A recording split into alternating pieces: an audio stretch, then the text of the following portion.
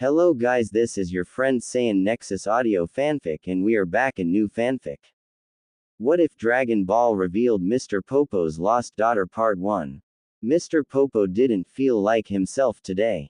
If anyone really knew him, and nobody who had been alive for the last 100 millennia really did, they would realize what day it was. Any other year, he would spend the day in isolation, but this year he had the opportunity to try something different. He stood there and watched his victims, or students, as Cammy insisted. They were flying through an obstacle course of rings that breathed fire. Normally he would love to watch their floundering attempts at training, but now he couldn't even be distracted from what day it was. He had denied them breakfast this morning, due to lack of hustle, he had said, in an attempt to make himself feel better, but it didn't work. Even the sight of Yamcha catching on fire wasn't enough to lift his spirits, and that boy's pain always brought a smile to his face. My God! Krillin cried out as he slammed into the lookout surface right in front of Popo, his back heavily scorched. Popo briefly considered kicking him off the edge of the tower again just for a laugh, but sighed instead. No, not today. Alright, maggots. Everybody stop. All of his students stopped what they were doing and looked at him. The rings ceased belching fire. The only sound was the howl of the high-altitude wind.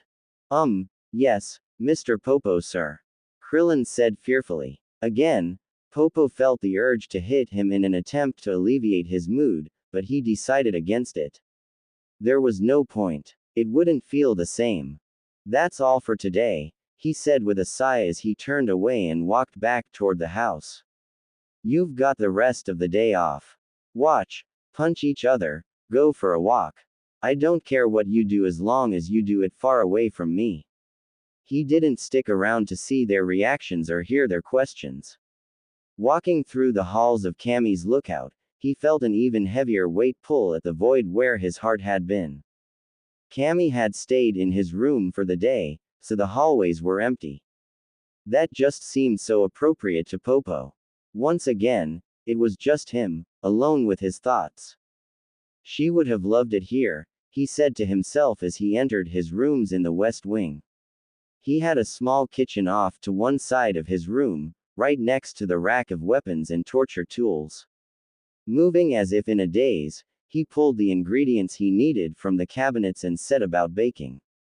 Within an hour and a half, he had a fresh chocolate cake in front of him, to which he began to apply a generous amount of vanilla icing. To make it perfect, he put strawberries all around the top of the cake. Reaching into the fridge, he pulled out a bottle of green soda, which he put in a tall glass along with some pink ice cubes. Right next to where the soda had been was a bottle of LSD he had been saving for a special occasion. He started to reach out for before his hand fell back against his side. No, not today. Setting up a platter with the cake in the middle and the glass of soda off to the side, he then took a step back. He focused his energy, creating a black portal in front of him, and reached into the box. Ignoring any screams of torment from inside, he rooted around in there for a moment, grabbing at various objects before he found what he was looking for. He pulled out a carefully wrapped parcel and added it to the platter. He took the platter in hand and walked to the back of his chambers, where a dark red curtain obscured a corner. By his will, the curtain moved aside. A prayer mat that he had stolen from some poor fool almost 2,000 years ago was spread on the floor in front of a framed picture. The picture depicted two individuals, one incredibly short while the other was a fair bit taller. They both had gray skin, with the taller one being a few shades lighter and possessing a distinctly feminine shape, and both were dressed in the most blindingly neon outfits one was ever likely to see. They both had huge smiles on their faces as they held each other close, laughing at a joke that had long since been lost to time. He sighed again before placing the platter down in front of the picture and kneeling on the mat. He reached into his pocket and pulled out a single pink candle which he put right in the center of the cake.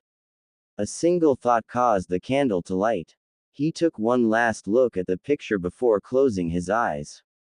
He hesitated as his throat clenched up, but he swallowed and pushed forward. Happy birthday to you, he began to sing in a trembling voice, happy birthday to you. Tears dripped down his face from his closed eyes before falling the ground. They sizzled as they burned dotted scars into the stone, and there was evidence of even older acid burns. Happy birthday, dear Puddin', he sang around the lump in his throat. Happy birthday, to you. For hours after that, Mr. Popo simply knelt on that mat and cried. He didn't even notice when the candle burned itself down to the wick. There were no sounds except for the occasional sob from the demon god. On this day of all days, all of the power he had gained and atrocities he liked to commit felt like they meant absolutely nothing.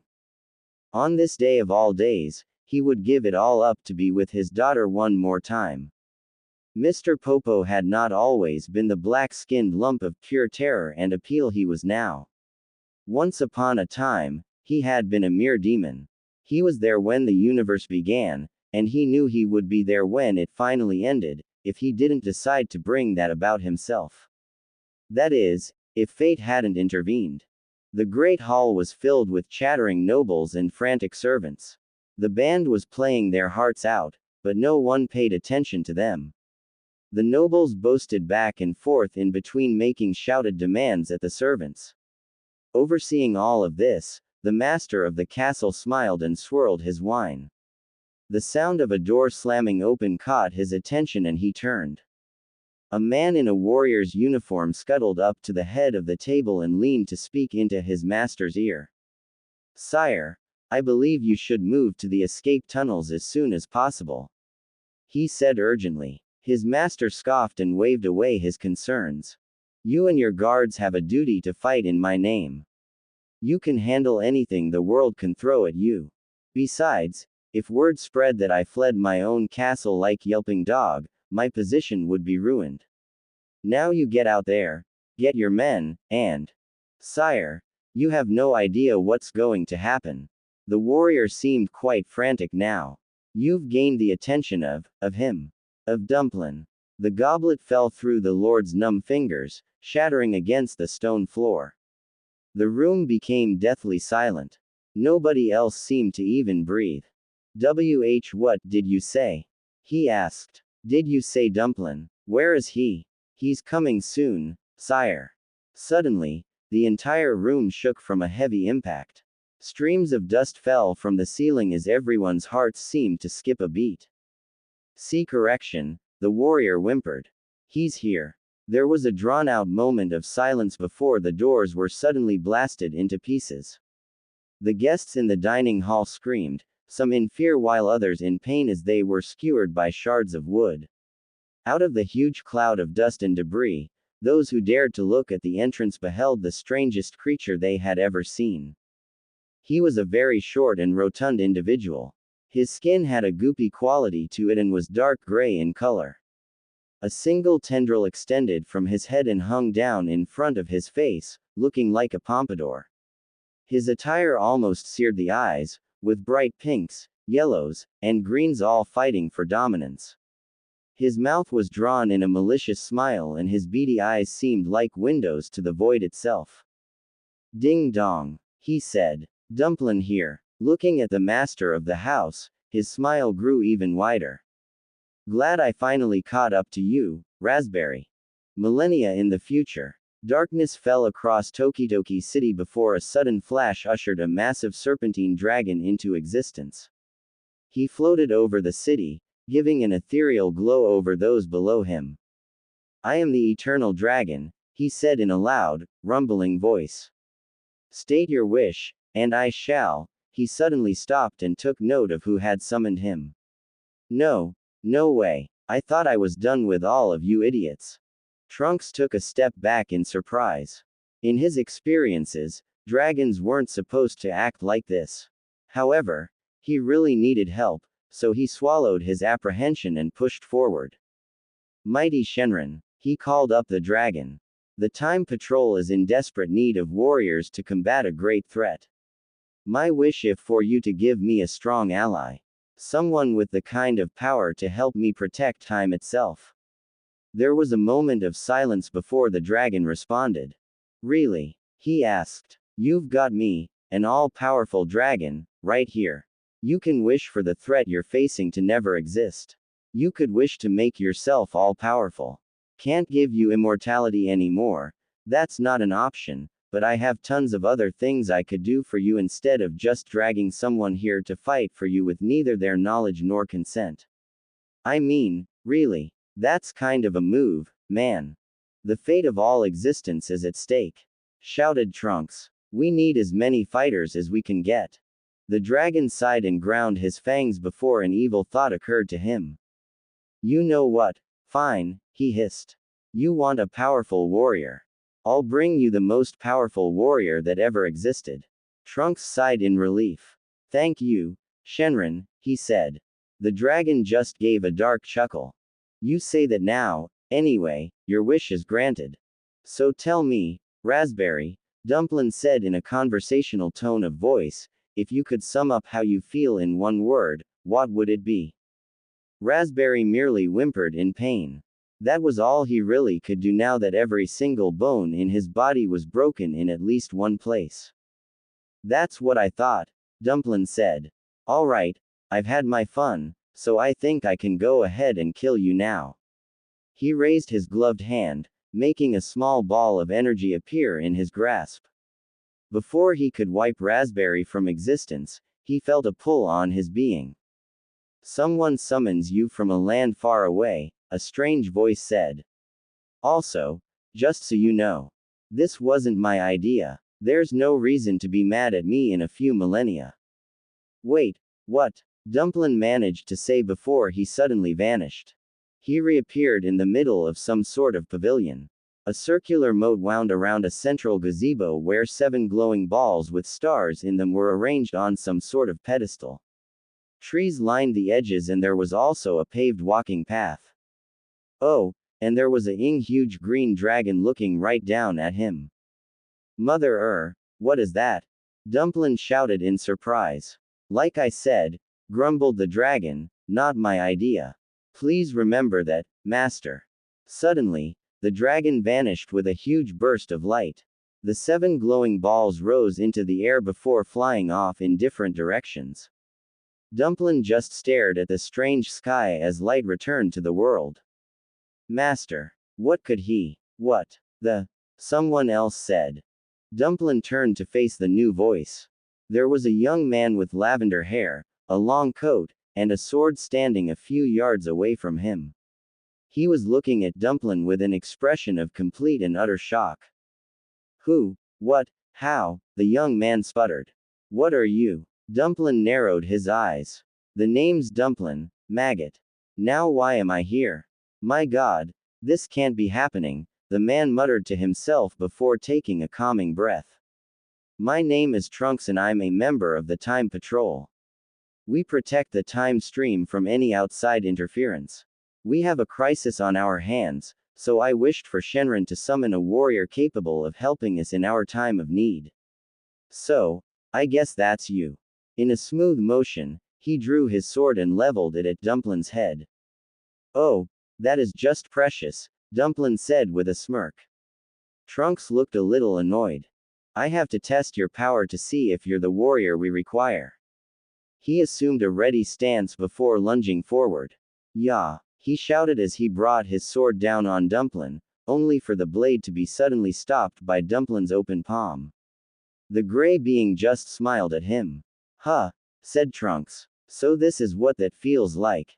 Dumplin slammed his other palm into Trunks' chest, sending him flying back into the trees. And then through the trees. And a wall. And a building. And another building. Dumplin's smile grew even bigger. Yeah, he shouted. Get dumped. That was Dumplin's introduction to being a time patroller. Realizing it might be fun to learn more about history's most powerful fighters and eventually steal their powers, he decided to stick around for a while, even if that meant putting up with Trunks. He also found out how pitifully weak the various threats facing the Time Patrol actually were, and he took to suppressing his power enough that he could at least get an exciting fight out of it. This always confused Trunks and the other members of the Time Patrol when he would take down some powerful foe, since according to both senses and scouters, Dumplin had no energy reading at all. They didn't know that he fueled his strength with mana, an archaic power from before the birth of the Kais, instead of traditional ki. Dumplin fell into a routine with his new life as a time patroller. Fortunately, just when things were beginning to get a little stale, everything changed. That was when he met her tits. That was Dumplin's first thought when he laid his eyes on Tawa. The pale blue-skinned elf woman was dressed in a tantalizingly tight red bodysuit with black accents, with a section cut out to give a teasing glance at the undersides of her ample S. Dumplin stared at her, absolutely stunned by her beauty and pure innocence. It was a little shameful that he was so distracted that Mira got a free hit in, sucker punching him hard in the face and sending him flying across the little Namekian island their confrontation was taking place on. When he finally got his head to stop spinning, he pulled himself out of the crater he had made. Tawa was chuckling at his misfortune while Mira just glared at him. That was a cheap shot, Dumplin said, rubbing his cheek. You left yourself open, responded Mira. You deserved it, fool. Come over here and say that again, roared Dumplin, flying straight at Mira. They exchanged blows and energy blasts aplenty before Tawa stopped them, citing that Mira shouldn't waste time with such a weak opponent. Dumplin felt a little pissed, but he couldn't stay mad at a face like that. I hope you don't plan on getting in our way again, little man, said Tawa. Things would be very uncomfortable for you if you did. Actually, Dumplin said, my plans were more along the lines of you and me sharing a candle at dinner. Maybe some dancing. He shrugged. I mean, if you'd be up for it. Tawa stared at him for a few long moments. She blinked. She blinked again. Suddenly, she doubled over with helpless laughter. She leaned heavily on her staff, looking like she could fall right over at any second. Mira stared at her like he had never seen her do anything like this before. Eventually, Tawa managed to get herself back under control, wiping the tears from her eyes. Ha, ha, I think I like you, little man. What's your name? The name's Dumplin, he said, giving her a thumbs up. She laughed again. Well, Dumplin, I find you interesting. Keep this up and you might just make my favorites list. She placed her hand on Myra's arm before she winked at the short-time patroller. See you around, she said before she and Mira suddenly vanished. Dumplin just stared at the place where that beautiful creature had been standing. Dumplin, asked Trunks through Dumplin's scouter. Dumplin, can you hear me? What happened? Trunks, I think I'm in love. What? Thus began Dumplin's unconventional courtship of Tawa. He never gave up whenever he saw her. A compliment there, a flirt here, and he always managed to make her smile. Eventually, it wasn't even that look of smug superiority, but a genuine smile. She would leave him with some parting words and a wink, forever spurring Dumplin forward in his attempts to woo her. Of course, things got a little rocky when Dumplin blasted Mira into atoms, but Dumplin was sure he could work past that. His plans had to be pushed to the side, however, when some idiot named Demigra started ruining everything. The jerk even had the nerve to call himself a demon god. After Dumplin interrupted his plans left and right, they finally came to their final showdown.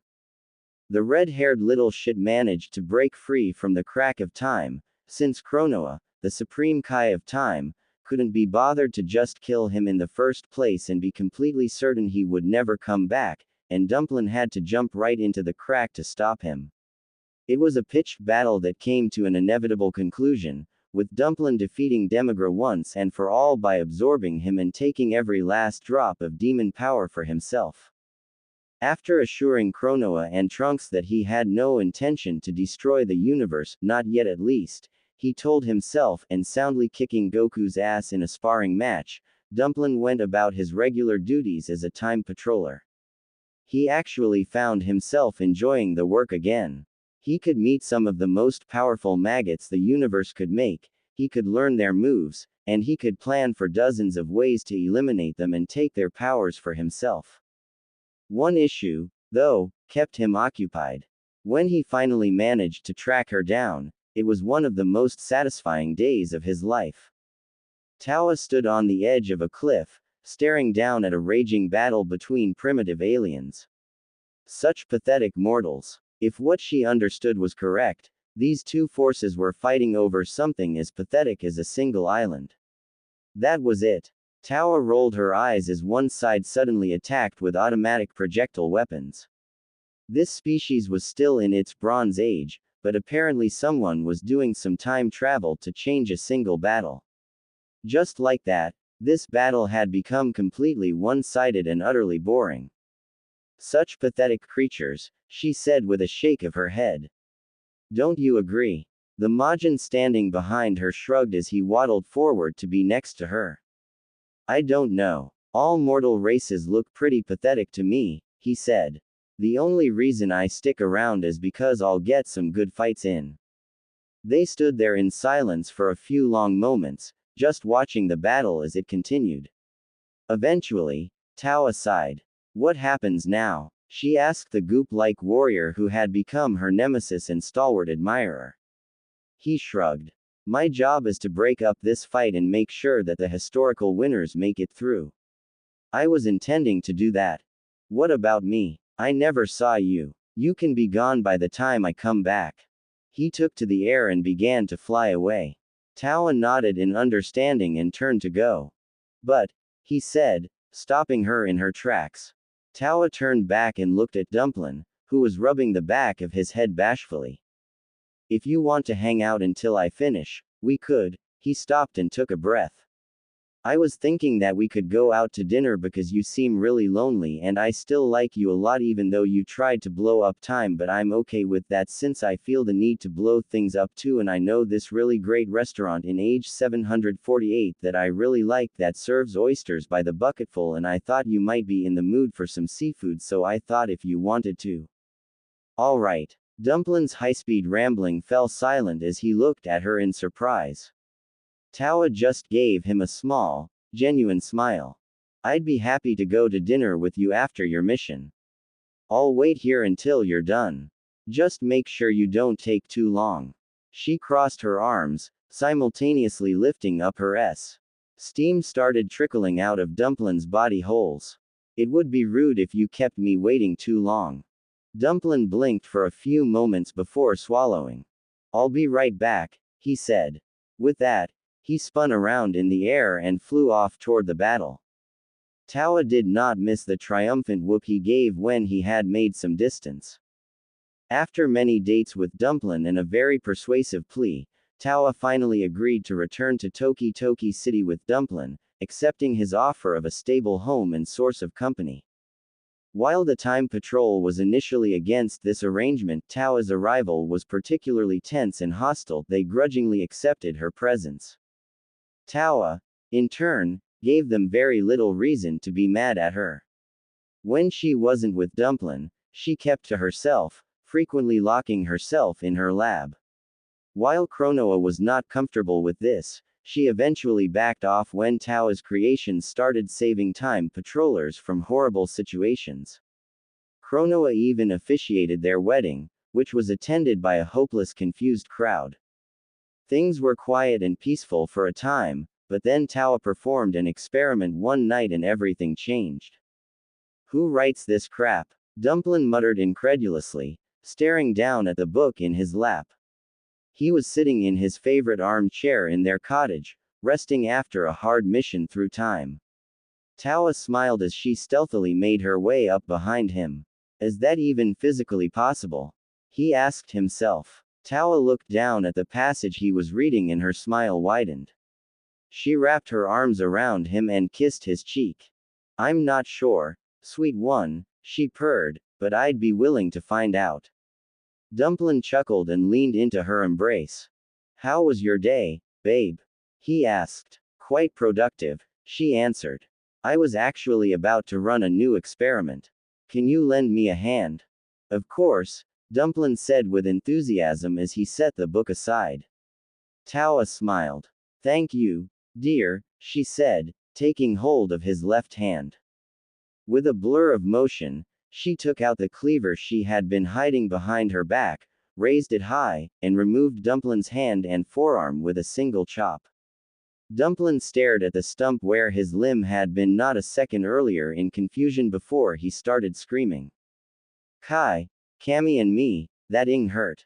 Dumplin snarled in pain. The did you do that for? I said I needed your hand, she said dismissively as she returned the cleaver to the kitchen. When she came back out, Dumplin was still glaring at her. She rolled her eyes. Oh, don't be a baby. You can regrow your arm with no problem. It still hurts, he grumbled as his limb started to reform. She shook her head in exasperation.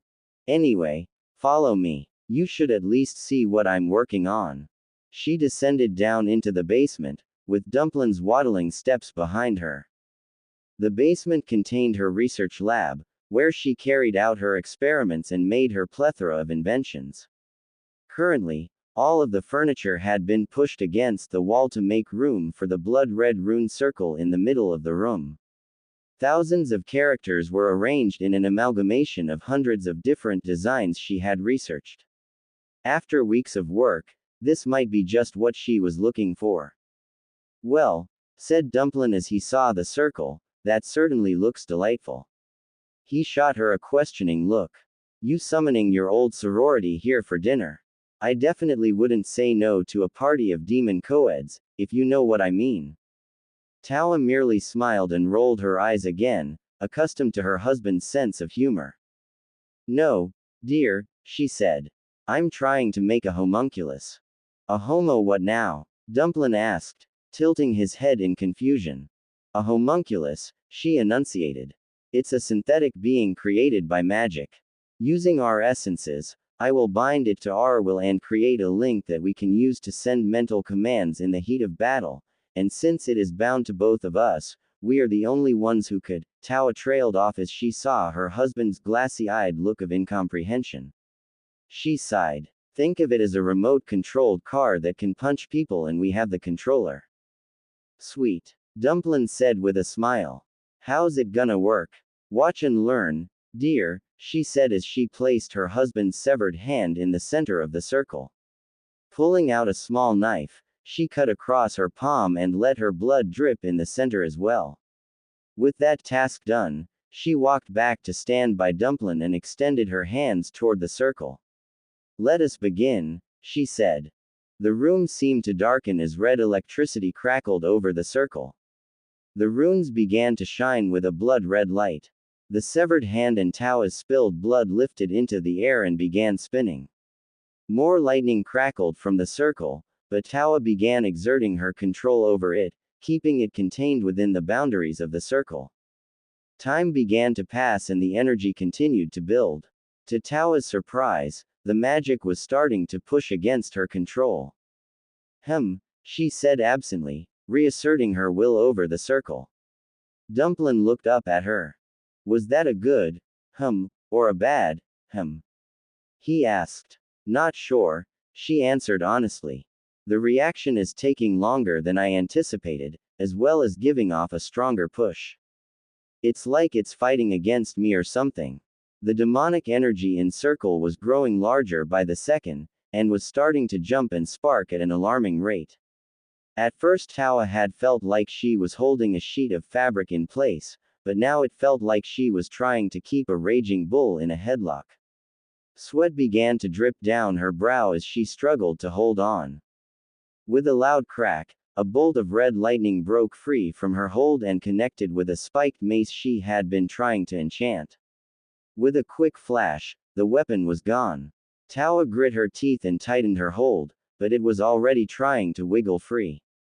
Is something wrong? Dumplin asked. She shot him an annoyed glance from the corner of her eye. Yes, dear, it's quite obvious something is going wrong, she drawled sarcastically. It's leaping out and trying to absorb matter. Tawa ducked as another bolt shot out from the maelstrom of energy, causing a rack of test tubes to blink out of existence. Blood and damnation. There go my new aphrodisiacs. You're what? Dumplin asked, suddenly interested. Tawa ground her teeth. Never mind. This thing is going to keep absorbing matter if we don't feed it something. If you can find some organic matter, I can maybe get the vortex to stop before it sucks up the whole city. What kind of organic matter?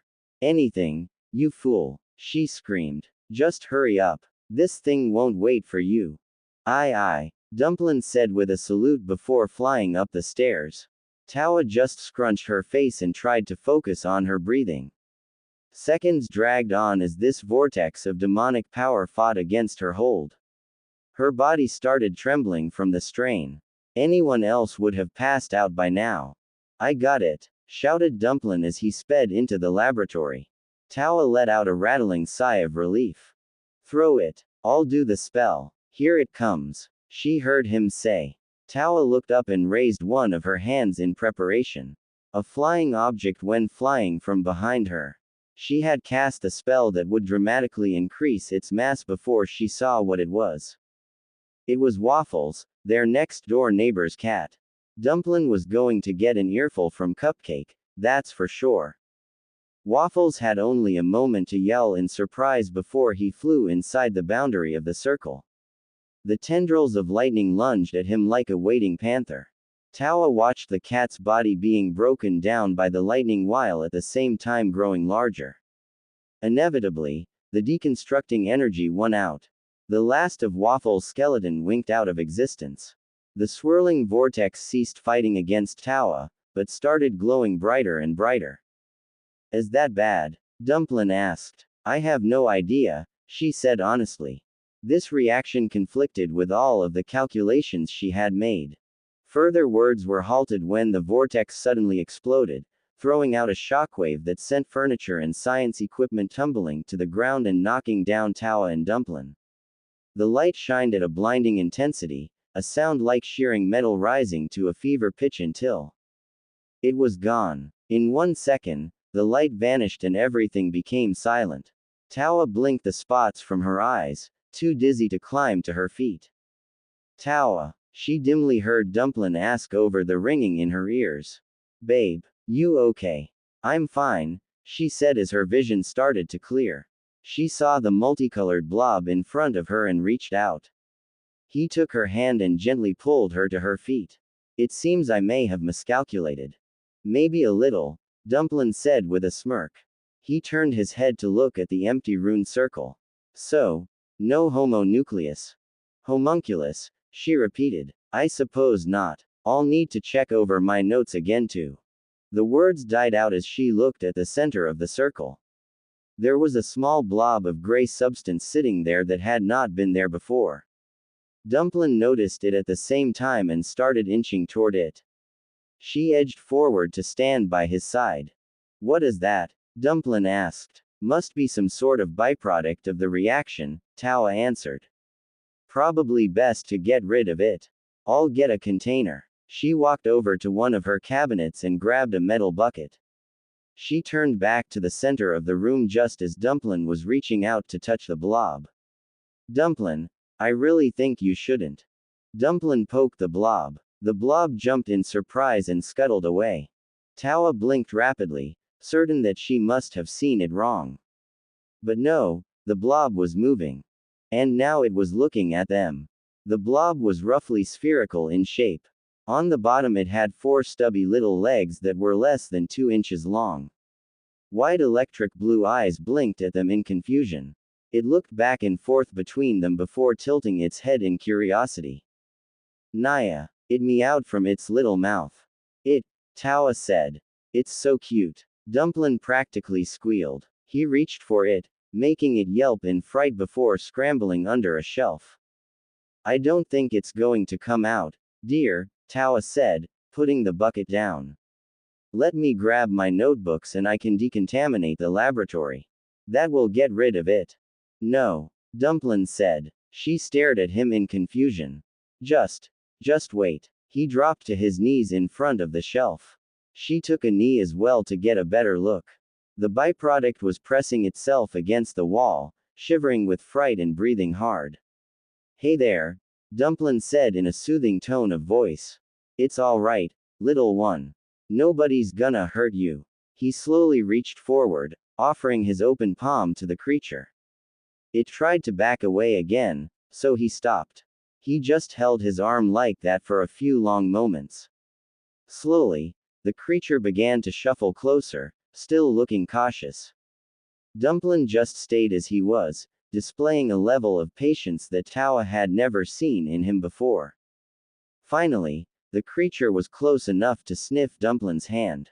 It was close enough to grab, but for some reason Dumplin was still waiting. It gave a few more sniffs before gently nuzzling against his palm. Tawa saw Dumplin smile as he stroked the creature's head. It closed its eyes in pleasure and started purring. As gently as if he were carrying a newborn, Dumplin carefully pulled the creature out from under the shelf, all the time stroking its head. Let's see if we can find you some food, he said as he carried the creature up the stairs and out of the laboratory, leaving Tawa to watch in bewilderment. Let's see, Dumplin said as he dug into the couple's fridge. We have strawberries, bananas, cookies, burritos, purple stuff, soda, and some candy. Let's try the berries. He took some of the red fruit in hand and placing it down in front of the creature, who was standing on the kitchen counter. It sniffed the berries, seemed to find them to its liking, and opened its mouth wide, revealing an array of tiny, needle-sharp teeth. With a single bite, it gobbled up the entire handful. Naya, it said happily when it finished chewing. Dumplin smiled and stroked its head. The creature purred in contentment and nuzzled against him.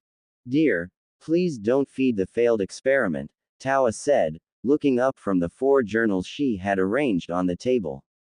She was looking back and forth between them, scribbling out complex equations on a piece of scratch paper. The little one is hungry, Dumplin said, reaching back into the fridge. This time, he came out holding a burrito wrapped in aluminum foil. Before he could unfold it, however, the creature leapt forward and scarfed it right out of his hand. It chewed for a few moments before spitting out a wadded ball of aluminum foil and then swallowing the meal. Naya, it said happily. Dumplin laughed. She seems pretty smart. Tawa's pencil froze in mid-stroke. Yeah, she's a girl. I can tell. It's an accidental byproduct, Dumplin. There is no point getting attached to it. She shook her head in exasperation before going back to her calculations. After a few moments, she froze again, staring down at her paper. With a loud groan, her face dropped to slam down on the table surface. You okay? Dumplin asked, used to his wife's theatrics. I forgot to carry the 2, she said into the table. I was trying to make artificial life. Instead, I ended up making actual life. She glanced up at him. It was made from both of us. If you think about it, that means that she, corrected Dumplin. Fine, that she is actually our child. A moment passed in silence as this information seeped into them. Dumplin started to smile. I always wanted to be a dad, now that I think of it. So, kid, he said as he turned, want to stay with us? The creature wasn't there anymore. Before they could start searching, they heard a small adorable burp. The creature was lounging in a spotlessly clean bowl that had just seconds ago held a chocolate pudding that was meant for the Time Patrol potluck tomorrow. Dumplin smiled at the adorable display, not caring that he would have to make another one. I guess we know your favorite food now, he said. The creature just gave a sleepy meow as Dumplin took her into his arms. You're gonna need a name, he said quietly. He thought for a few moments before looking at the clean bowl. He smiled. How about Puddin'? He asked the creature. Naya, the small creature said quietly before falling asleep in his arms. It took a great deal of finesse to explain to Cronoa how Puddin' had come into existence overnight, but Dumplin somehow managed to do it in a way that wouldn't make the childish god want to throw energy blasts at him or worse, make dinner for him. Maybe it was also helped by the sheer amount of property damage that the Kais made the very next day. That probably helped divert some of the attention. With an unusually large increase in the amount of time rifts across history, the Time Patrol had begun to hire more and more new recruits. The new members were coming in so fast that Elder Kai was called in to help with the training of the recruits. This spawned many arguments between the two Kais about how the Time Patrol should be run, some of these arguments almost coming to blows thanks to Chronoa's immaturity and Elder Kai's penchant for stupidity. Seeing them go at each other at the drop of a hat got many of the new recruits talking.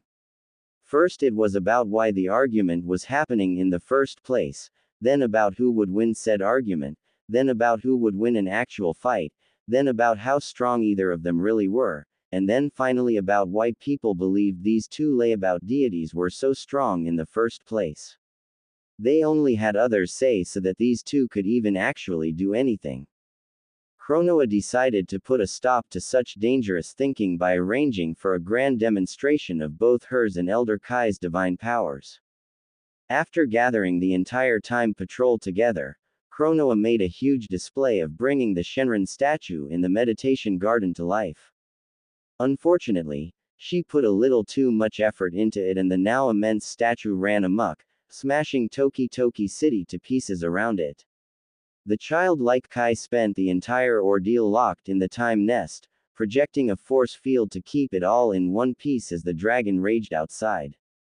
Dumplin and Tawa watched the disaster in fascinated silence as Puddin sat upon her father's head, giggling nonstop at the explosions all around her.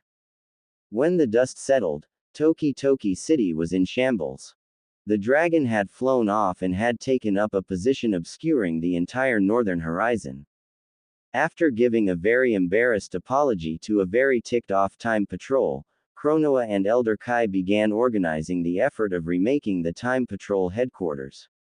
Plans were made and the ruins of Toki Toki City were used as the foundation for a brand new city.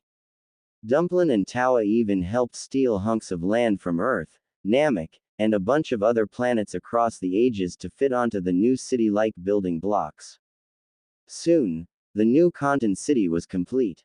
All throughout the building process, Puddin would ride around on her father's head while he worked, giving her a first-hand view of the world around her. Dumplin would proudly introduce her as his daughter to any Time Patroller who would listen. Puddin was soaking up experience and knowledge like a sponge. By the end of the first day she was speaking a handful of words. By the second she was managing simple sentences. By the fourth she was actually holding conversations with other people and was starting to puzzle out written words. Dumplin was as proud as he could possibly be, but Tawa was still keeping her distance for some reason, spending most of her days in her lab. This led to lots of times when Dumplin and Puddin would spend the evening together after a long day of work, either reading books, watching TV, or just snuggling on the couch. One morning, Puddin surprised her parents by waking them up after completely changing her form. When everyone had gone to bed the previous night, she had been the little blob with legs. When they woke up, she had grown immensely and had changed her body to the proportions of a 5-year-old girl. She even grew some head tentacles to give herself bangs and a ponytail. It took a bit of practice to shift from using 4 legs to just 2, but within minutes she was walking like a champ. She even went with her father to the morning muster of the Time Patrol. Puddin looked all around the courtyard in front of the time nest with wide eyes, trying to take in everything around her. Dozens of Time Patrollers stood at attention as Trunks, her daddy's partner, was giving the announcements for the morning. There were so many patrollers here, from every size, shape, and species. Some were so tall that they seemed to stretch up forever while some were even shorter than her daddy. The demon in question just smiled at his excited daughter, but kept a firm grip on her hand to make sure she didn't go running off to who knows where. Puddin's other hand was clenching and unclenching around the fabric of her lime green sundress. "All right, you all have your orders," Trunks said, his posture straight with his hands clasped behind his back. "You're all dismissed." Sir. The assembled patrollers said at once before going off to their duties. Trunks let out a sigh before approaching the two. Morning, Dumplin', he said before turning to Puddin' with a look of confusion. Who's this? Ah, she pouted. Don't you remember me, Trunky? Her eyes grew impossibly large as she looked sorrowfully up at him. Trunks' jaw dropped. Puddin', how? What, how? I decided I wanted to be bigger. Naya, she said with a proud smile.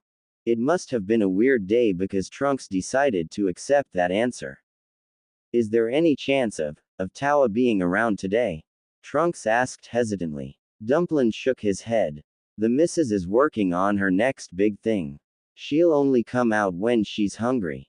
Or horny. Or both. He shrugged. Again, Trunks' jaw dropped as he looked back and forth between Dumplin' and his daughter. The girl just looked at her father in confusion. I didn't know mommy had horns, she said, her head to the side. Dumplin' smiled and patted her head. Only when she's really mad, sweetheart. Oh, I get it, she said with a smile. Oh my gods, Trunks groaned, rubbing the bridge of his nose. Anyway, he emphasized, eager to move the conversation along, I need to talk to you. In private, please. Oh, sure, Dumplin' said. He craned his neck and looked around the courtyard. A few time patrollers were seeing to various tasks close by while some actually had time to loiter here. He looked at each of them in turn, giving consideration to who could keep an eye on Puddin' for a few minutes. There were some he wouldn't trust to take care of a ham sandwich, some he wouldn't even think to leave Puddin' with, and some he would only leave Puddin' alone with so he could put the aftermath on YouTube. Finally, he spotted a time patroller across the courtyard who he felt was halfway capable of looking after her for a few minutes. Hey, Pata, Dumplin' shouted across the courtyard, his free hand cupped around his mouth. Get you and your butt over here. The patroller in question was a black-haired Saiyan who looked in his late 20s and dressed in a blue gi over a yellow muscle shirt. He was currently going through a sword kata before he froze and turned to face Dumplin'. His golden eyes shined with excitement as he sheathed his katana and sped forward to them. He snapped to attention and bowed to Dumplin'. You called, sir? He asked excitedly. Dumplin' nodded before indicating Puddin'. I got to talk with Trunks for a bit. Can you keep an eye on Puddin' while I'm gone? Puddin', Pata said, looking at the girl in amazement before smiling. Wow, you really grew. She said proudly. Puddin', this is Pata, Dumplin' told her. He's a good patroller cadet and a pretty decent guy. He's gonna look out for you while I'm gone. Alright. You got it, Daddy, she said with a smile. Dumplin' smiled back. Now be good for Pata, he said as he kissed her left cheek, and bad for me, as he kissed her other cheek. Be back soon. With that, he waved goodbye before both he and Trunks took to the air and flew toward the time nest. For a moment, Puddin' and Pata just stood there staring at each other. A random wind blew a tumbleweed past. So, they both said at the same time. They stopped and continued to stare at each other a moment before starting to laugh. You first, Pata urged. What were you doing when my daddy called you? She asked. Pata smiled and patted his sword hilt. I was practicing a sword style I'm trying to make. I'm calling it Dragon Claw right now, but I might change the name later. You're actually making a style. Puddin' said in awe. That is so cool. I can't wait till I start learning how to fight. You want to be a patroller? You bet. She squeaked. Hearing Daddy tell me about his stories, about how he fights the bad guys and he's all, bam.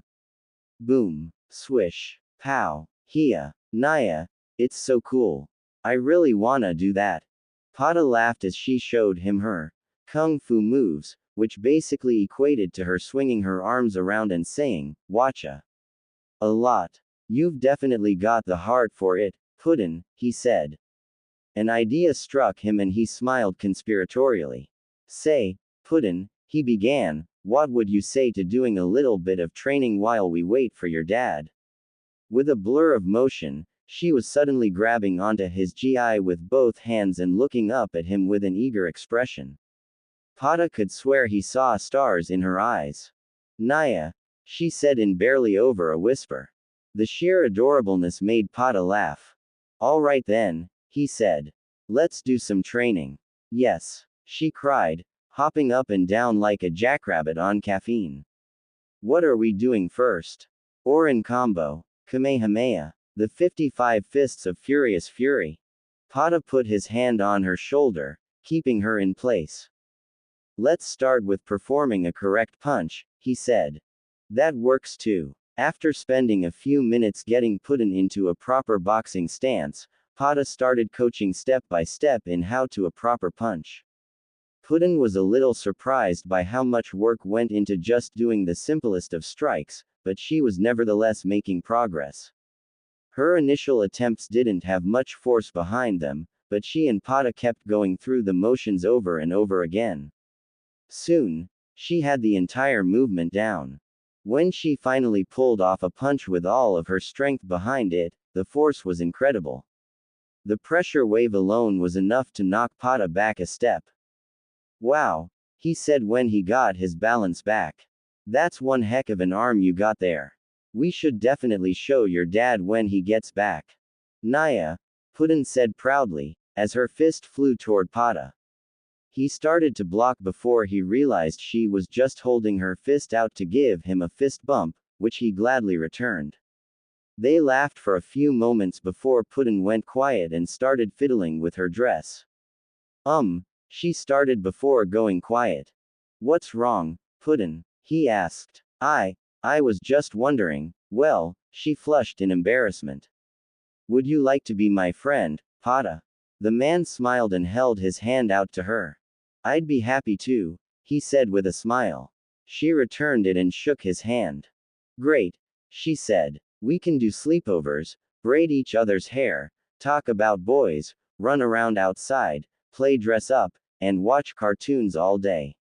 Naya. Depends, he said with a smile. What cartoons do you like? Well, she started looking bashful again. I know it's kind of silly and it's a pretty old show, but I really like this one called Warrior Pegasus Princess. I just can't stop watching the adventures of Princess Moonbeam. She was now attempting to hide behind her bangs. When Puddin finally looked back at Pada, she was surprised to find he was no longer smiling but was looking at her with an almost stunned expression. Then, a small smile spread across his face. He stood up to his full height and drew his sword with a sharp ring of steel. Behold, he said dramatically as he thrust his blade into the sky, for the story of our resolve is written in our battle cries. Puddin's mouth dropped open. She knew this. Pada glanced at her from the corner of his eye and winked at her. She could feel her mouth turning into an immense grin. Those that stand against us, she picked up, lack something that is always by our side. The joys of life. The joys that come from the will and capacity for friendship. For love. And with those joys, we shall show you no mercy. Taste the wrath of love. They both shouted, striking dramatic poses. A few moments of silence passed before they heard a scattered round of applause. The other time patrollers in the courtyard laughed and clapped for them, but Puddin was barely listening. We should get together and do a marathon sometime, she said happily, bouncing up and down in excitement. Just give me the time and place, Pada answered with a smile, sheathing his sword. Before Puddin could really get into a discussion on her absolute favorite show, she heard a voice calling her name. She spun around with a smile. Daddy, she said, bounding over to give her father a flying tackle hug. Dumplin plucked her out of the air and spun her around. Trunks was standing next to him and hopped to the side to avoid Puddin's flailing feet. Miss me, sweetie? He asked. Yes, she said, but Pada and I had a really great time. Can he come over to our house sometime? Please, please, please, please. I take it things went well. Dumplin said, glancing at Pada. The Saiyan smiled and bowed. We got along very well together, he said. It turns out we share a few interests. We also did a little training today. I showed her how to do a punch. Suddenly, Pata's smile turned slightly evil. Mr. Trunks, sir. Yes, Pata, Trunks answered. Could you hold this for Puddin'? Pata asked, pulling out a large padded punch shield. I need to see how her whole posture is when she punches. Trunks said, pointing at the large piece of training equipment. Where did you get that? I carry exercise equipment everywhere, Pata said with a shrug. Again, Trunks decided to accept that explanation. Without another word, he took the shield and embraced himself to receive Puddin's punch, but he didn't seem too concerned. All right, Puddin, Pata said, just like we practiced. Hit it as hard as you can. She nodded and took her position in front of Trunks. She took her stance, took a few breaths, and brought her fist back before snapping it forward. Smack. Ah! Trunks screamed as he was sent flying into the air, over the ledge, and across the skyline of Conton City into the business district. Based on the angle, it looked like he landed somewhere close to the school. There were a few moments of silence in the courtyard. BWA ha ha ha ha ha. Dumplin roared with laughter. That never gets old. In moments, every nearby time patroller was laughing, barely able to stay standing. He he he, Puddin giggled. Oops. Pata and Dumplin both gave her a thumbs up, making her giggle even harder. Things were good in Conton City. Puddin pressed herself deeper into the shadows of her family's dining room, hands clamped over her mouth. Her heart pounded in her ears. She knew that if she uttered the tiniest squeak, she would be found. A floorboard in the family room squeaked. Puddin tried to stifle her cry of fright. Footsteps came into the room. The dark figure looked from side to side, scanning the room. You know you can't hide, the figure said. Just let this happen. Puddin curled up even more, desperate to make herself as small as possible. If he saw her, she was done for. She now deeply regretted choosing bright green for her training GI. The footsteps, slow and methodical, stalked past the corner she crouched trembling in. They were heading into the kitchen, but the hunter would be back in moments. Puddin took her chance and ran. She sprang from her corner and sprinted through the living room. The slapping of her bare feet on the wood floors was practically silent compared to the pounding of her heart. She managed to hear the stomping footsteps behind her, which only spurred her to greater speed. She made it to the other side of the room and reached for the door handle, but her hand never made it. She found herself blocked by some invisible barrier. She couldn't get to the door. She barely had a moment to realize her situation before hands seized her in an iron grip. Figured I'd take some precautions to make sure you didn't leave, her captor said. Now come on. I'm getting impatient. No, no, Puddin cried, trying to wriggle and free herself from his grip. Unfortunately, the assailant was much stronger than her. He half dragged and half carried her down the hall, with her fighting him every step of the way. As they got closer and closer to the door at the end of the hall, she found herself relieved of her GI. Her undergarments soon followed. He shouldered open the door at the end of the hall to come into a bright room. She struggled and kicked, but she could not stop him. He raised her up and flung her down into. Splash. Puddin sat up in the bathtub and rubbed furiously at her face, hissing and spitting. Soap in my eye, she cried. Soap in my eye, it's your own damn fault, grumbled Dumplin as he took a seat next to the tub and began scrubbing furiously at her filthy head tendrils. It's what you get for deciding to play in the dirt with Pata. He was teaching me grappling. She protested. Whatever, Dumplin said dismissively. I hate the water, Puddin yelled. Adjust. When Dumplin took his hands off of her to rub soap between his palms, Puddin tried to jump out of the tub and make a break for it. Dumplin was too fast for her, however, and held her in place as he shampooed her tendrils. Don't try it, Puddin, he said, wringing out a sponge over her head to wash the suds off. I am so not in the mood today. Your mother, He stopped his ministrations and sighed. Never mind. Puddin didn't need anything more than that.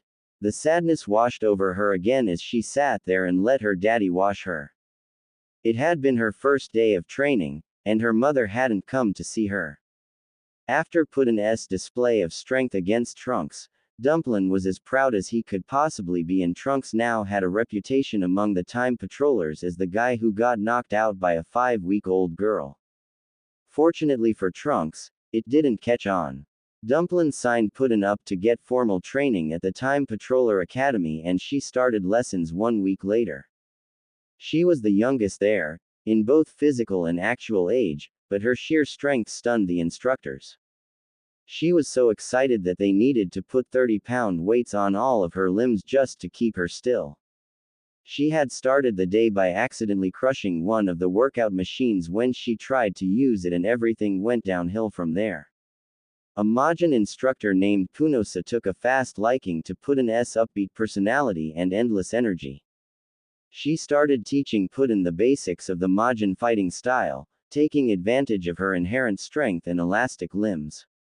Puddin was still working on getting her arms to stretch when Punosa called an end of the day. The training session ended both because it was nearing sundown and because Puddin had single-handedly destroyed over a dozen punching bags over the course of the day. A few of the other instructors seemed a little fearful of Puddin taking regular lessons. Despite the fact that she beginning her training to become a time patroller and that she got to spend some time training with Pata, Puddin was feeling sad on the way home. She had eagerly told her mother that she would be training today and kept pestering her until Tawa finally caved and told her she would come and watch. Puddin had spent the whole day eagerly looking over toward where her dad was sitting at the side of the dojo, each time hoping with all of her heart that she would find her mother sitting there with him. She never came. When Puddin and Dumplin finally made it home, the sight of a note from Tawa telling them she had gone out to find some new samples for her research had put Dumplin and Puddin in a very unhappy mood. Even a delicious dinner of macaroni and cheese wasn't enough to lift their spirits. Later that night, after Puddin's bath, Tawa eventually came home and promptly disappeared into her lab without saying a single word to either of them. Puddin had knocked on the basement door for almost 5 minutes in order to get her mother's attentions before just giving up and going to bed. She lay on her bed and held her stuffed animals close, trying not to cry as she slowly fell asleep. Time Patrol Training Dojo, the next day. I'm sorry, Dumplin, but the other instructors have expressed, shall we say, concerns about Puddin continuing to train at this present moment, Punosa said, looking apologetically at Dumplin and Puddin. They think her strength is too much of a loose cannon. I voted to continue the lessons, but they overruled me. Until your daughter can gain a greater degree of control over her strength, she cannot continue her lessons here. She looked down at the heartbroken Puddin, tears in the corner of her own eyes. Punosa knelt down and wrapped her arms around the girl. I am so sorry, Puddin, but I can't do anything about it. Puddin returned the hug as her own tears trailed down her face. The ensuing silence was broken by the sound of an explosion from within the training hall. Please no, screamed a male voice. I'm a pacifist. You're a pussy. Another voice roared before there were sounds of more explosions. Yes, Dumplin drawled, clearly things will be much safer if Puddin does not attend. I'm sure there are no other reasons that Puddin was denied, right? Punosa looked at the ground, unable to meet his gaze. I am not privy to the motives of the other instructors, she said. I fought for you too, sir, and I would happily fight for you again, but this is out of my hands. Dumplin sighed and rubbed his forehead. It's all right. I know this wasn't your fault, he said. He squared his shoulders and gave her a determined look. Just tell those instructors of yours that she'll be back tomorrow and they better be ready to train her. Come on, sweetheart. We've got work to do. Puddin nodded and dejectedly trudged after him, sniffling and wiping away her tears. As they passed the main courtyard of Canton City, she looked over at the larger-than-life holographic display of Dumplin. The monument had always inspired her, encouraging her to become a time patroller to live up to her daddy's legacy. Now, though, it seemed there were some who would rather deny her the chance. "They're not gonna let me train tomorrow, Daddy," she sniffled, looking at her father. "You heard what Ponasa said. The other masters don't like me." "It's not that they don't like you, Puddin'," Dumplin said, pulling her close to his side and giving her a hug. "It's that they're scared of me, and therefore of you. But we'll show them. When you show up tomorrow, you won't break a single thing by accident." "How am I gonna do that?" "Something your mom has," he said vaguely. They had reached the front door of their cottage and entered through the front door. Tawa was, wonder of wonders, in the family room, sipping a cup of tea while reading a book. Dumplin let out a long breath through his teeth before turning back to Puddin'. "Sweetheart, go to your room and pack up all of your clothes. Might as well pack your stuffed animals too. I need some time to talk to your mother." "Okay, Daddy," Puddin' said, going off to do what she was told. Dumplin turned back to Tawa. She shot him a glance before returning to her book. "I take it since you both are here that the training sessions aren't going well," she said. "Not like you would know. Puddin' was crushed that you didn't come yesterday. I was carrying out very important research. I didn't have the time to come see her sloppily punching a bag." "Very important, my ass. This is our daughter, Tawa." Dumplin paused and let out another breath, willing himself to stay calm. "Look, I need to help Puddin control her strength. It's gonna take a lot of work, so we need to use that door you made." "Well, go ahead," she said dismissively. "You know where it is." "You're coming with us," Dumplin said in a tone that brooked no argument. Tawa did not seem to get that impression as her eyes snapped back up to meet his. "Why would I want to do that?" she asked. "Because your daughter has no idea who her mother really is," said Dumplin. "Because if you miss out on this much time with her, you're going to regret it." He sighed and rubbed the back of his head. "And because you'll be much more efficient in your work if you come with us." That last statement sounded almost reluctant. Tawa stared at him for a few long moments. "Please," said Dumplin. "I'm actually begging you to come." After a pause, Tawa sighed. "Fine," she said, standing up. "I have a few experiments that could use a little extra time. Just let me pack up and we'll leave at noon. Oh, and make sure to tell Cupcake to grab our paper tomorrow." Tawa walked down the hall to grab her things while Dumplin stood in the living room. "Please let this work," he whispered to himself. Please let this work." Ever since the day she was born, Puddin had never been in the family basement. It had always been considered Mom's place, and no others were welcome. Regardless, she found herself and her entire family standing in the basement with enough luggage to signify a long vacation. Her father had told her they were taking a training trip, but that still left many questions unanswered. The three of them stood in front of a dark brown wooden door set into the wall. The frame around it was absolutely covered with hundreds upon hundreds of runes and markings. Puddin looked from the door to her parents and then back again. "What's this thing?" she asked, unconsciously squeezing the plush dragon her father had given her a few weeks ago. "One of my older projects," Tawa said, looking down at her. "Your father kept pestering me to help find him a better way to train, and I eventually came up with this. We've both used it once in the past and he wants to go again to help you control your power." "How does it work?" Puddin asked. "It's just a door. It's easier to just show you," Dumplin said, moving towards it. He opened the door and ushered his family in. Puddin gasped, rubbed her eyes, and gasped again.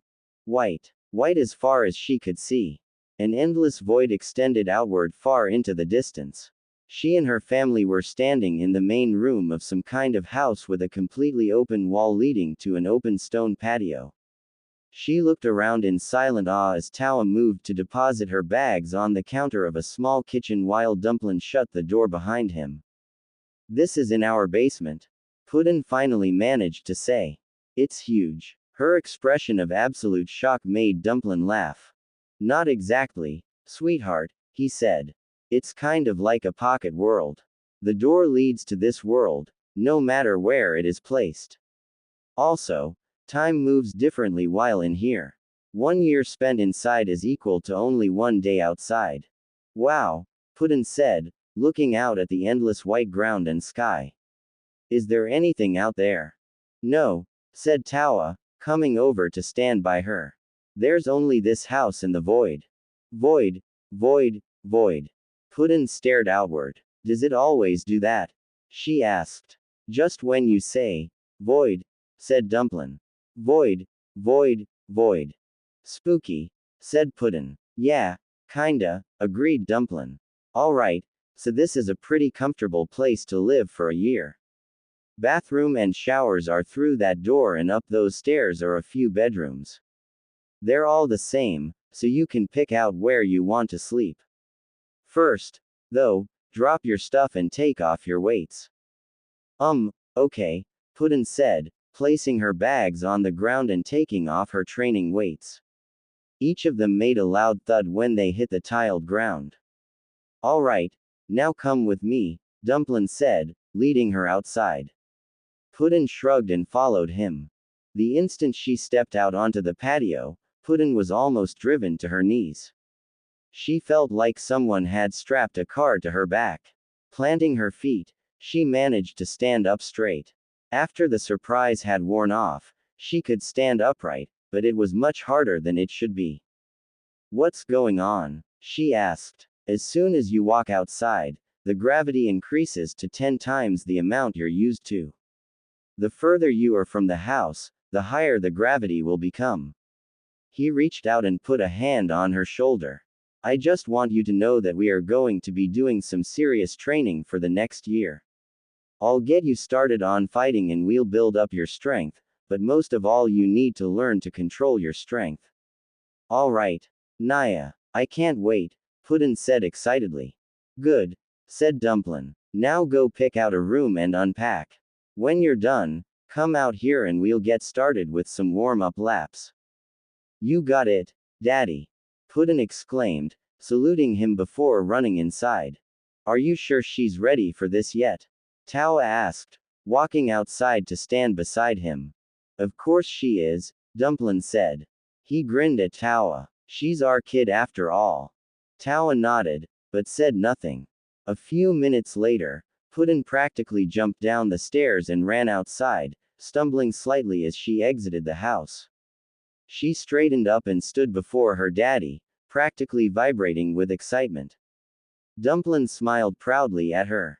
We've got a lot of work to do, he said. Let's get started.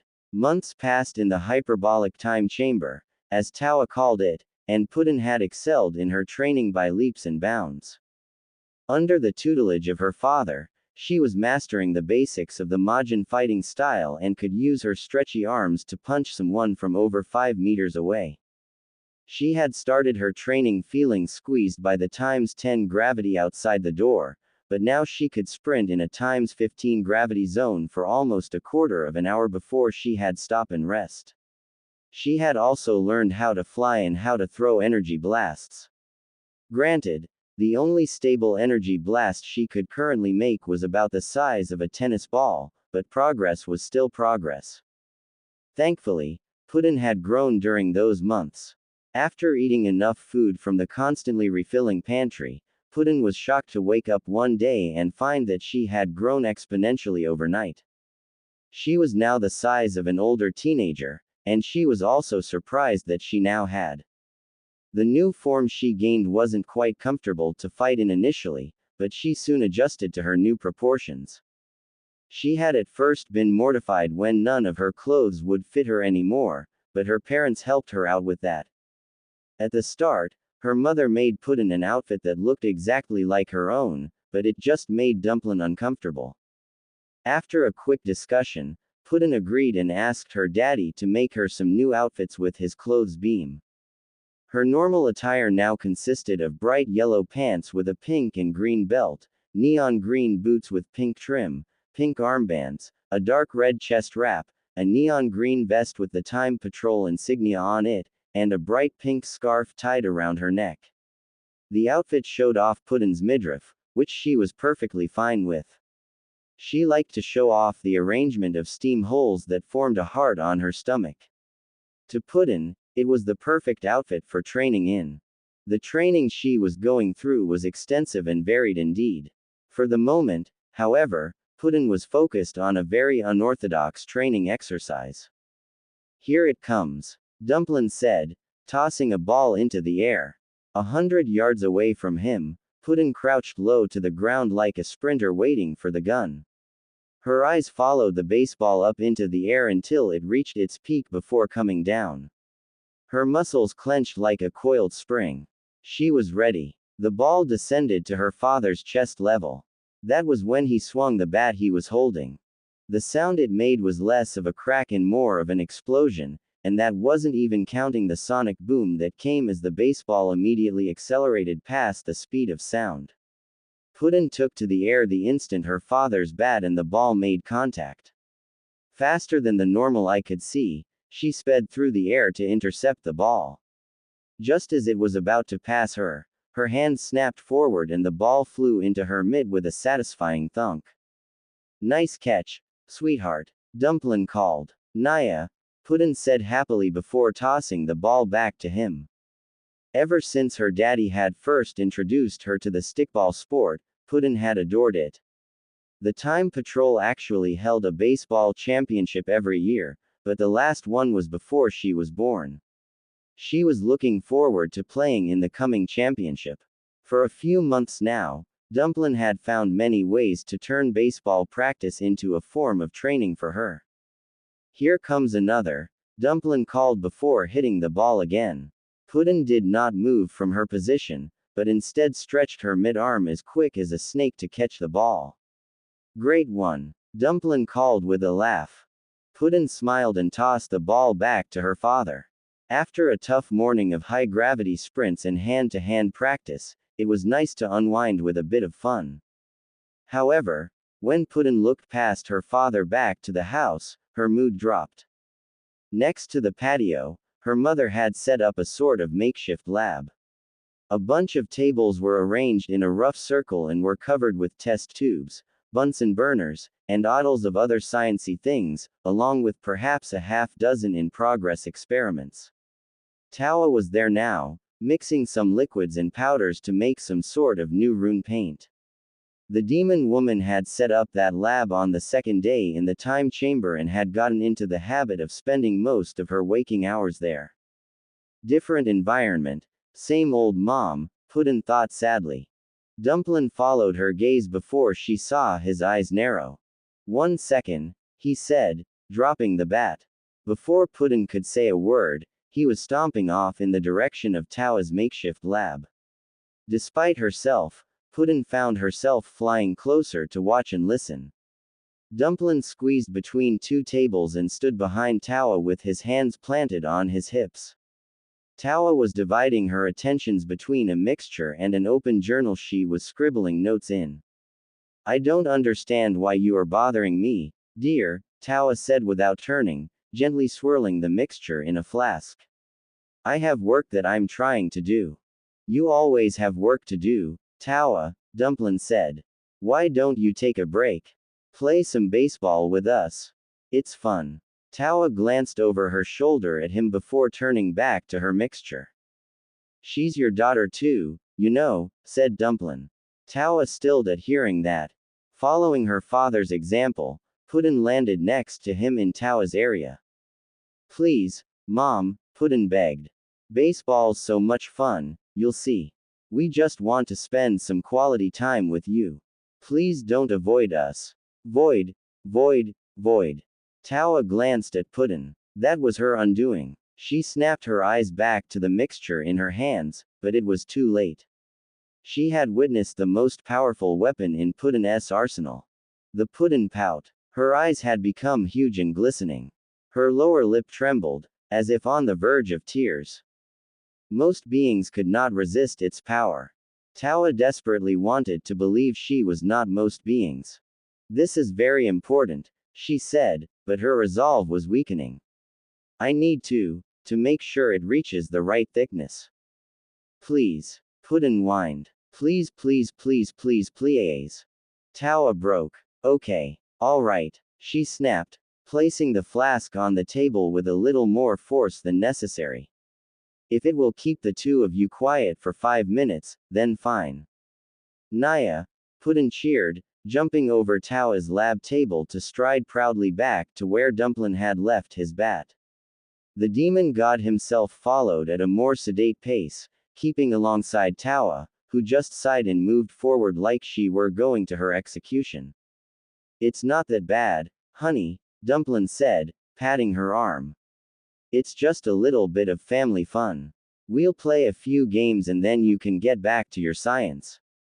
Very well, Tawa said as they reached their Puddin, who was bouncing up and down in excitement. So babe, Dumplin said, picking up the bat, how you wanna play this? As soon as he finished, Tawa snatched the bat out of his hands. I think I'll be at bat first. You two better ready yourselves. She grinned evilly at the determined Puddin. I won't be as nice as your father was. Bring it, Puddin said with a big smile. And like that, it seemed the family was beginning to tighten their bonds. When Puddin and Dumplin were playing baseball, throwing water balloons, or doing some other fun activity as a means of training, they would pester Tawa until she agreed to join them. As the months passed and the time of their exit grew closer, Tawa required less and less convincing every time they asked. She even smiled as they played together. One day, as he was doing some training of his own, Dumplin spied Tawa giving Puddin a lesson on the timeline and multiverse theory. Tawa was obviously enjoying having a student and Puddin was listening to her with rapt attention. Dumplin turned away and smiled. It had worked. His family was whole again. Conton City. Pata sat against the wall of the Time Patrol training hall, mindlessly scraping a whetstone down the edge of his sword. It was a mindless task meant to distract himself as he waited and also a means to keep his Saiyan urges in check. Punosa had told him yesterday about how the instructors had denied Puddin the chance to train, and he had immediately marched over to their cottage to volunteer as her tutor, even if he was still a cadet. When he arrived, however, the house was completely lifeless. Their neighbor, a pink Majin named Cupcake, could only tell him that they had left on a day trip, but she had no idea where they had gone. In fact, nobody had an idea where they had gone. Even Trunks didn't have a clue as to his partner's whereabouts. After hours of fruitless searching, he gave up and decided to wait until Dumplin and Puddin arrived. So there he was, sharpening his sword and trying very hard not to glare at the other instructors, who were clustered in a group and whispering to each other. Doubtless they were trying to think up some way to keep Puddin from being trained, and therefore from becoming a time patroller. Despite his reputation as the hero who kept Toki Toki City from being destroyed, Dumplin had many detractors within the ranks of the Time Patrol. Apparently, some people didn't feel comfortable with a warrior who had absorbed a demon god that even Kronoa could not vanquish. They were likewise very uncomfortable with the thought of what his daughter might do if given the chance. Blind fools. Pata took a few calming breaths and sheathed his sword. He respected Dumplin. He was a powerful and skilled warrior, one Pata would be happy to fight alongside. He was also a man who loved and cherished his family. That was all Pata needed to know. Bong! Went a nearby clock. Pata glanced at it before turning his gaze back to the entryway. Punosa was leaning against the wall next to him, also watching the entrance to the training hall. She was just as eager to see Puddin return as he was. You think they'll be here? He asked her. She gave a snort of laughter. I've known Dumplin for longer than you, kid, she said. If he said they'll be here, they'll be here. The instant she said that, she suddenly straightened in surprise. Speak of the demon, she said. Pata spun to face the door to the training hall, but it didn't open. When he strained his ears, however, he could hear a quiet conversation on the other side of the door. Okay, he heard Dumplin say, This is the song you wanted, right? Yup. That's the one. That sounded so much like Puddin', but something seemed off about it. I still don't understand why we're doing this, drawled a more mature voice. Pada blinked in shock. That was Tawa. Tawa hardly ever left the house unless she was collecting samples for her experiments. I have to make the perfect entrance, Mom. Alright, on 3. 1, 2, 3. The doors suddenly flew open just as song started playing. Don't you dare stare, you better move.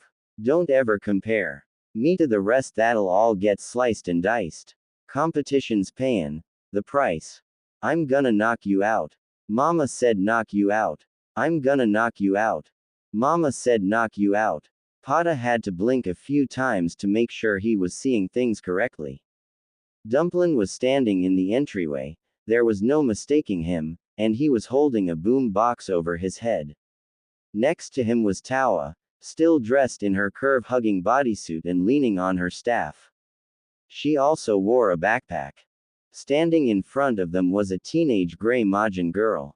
She was dressed in a midriff-bearing outfit with the most neon color imaginable. She had Puddin's tendril style, Puddin's bright blue eyes, Puddin's cat-like mouth, Puddin'. That's Puddin', his mind finally deduced. That's actually Puddin'. She stood confidently in the entranceway, hands on her hips and smiling at the group of now silent instructors.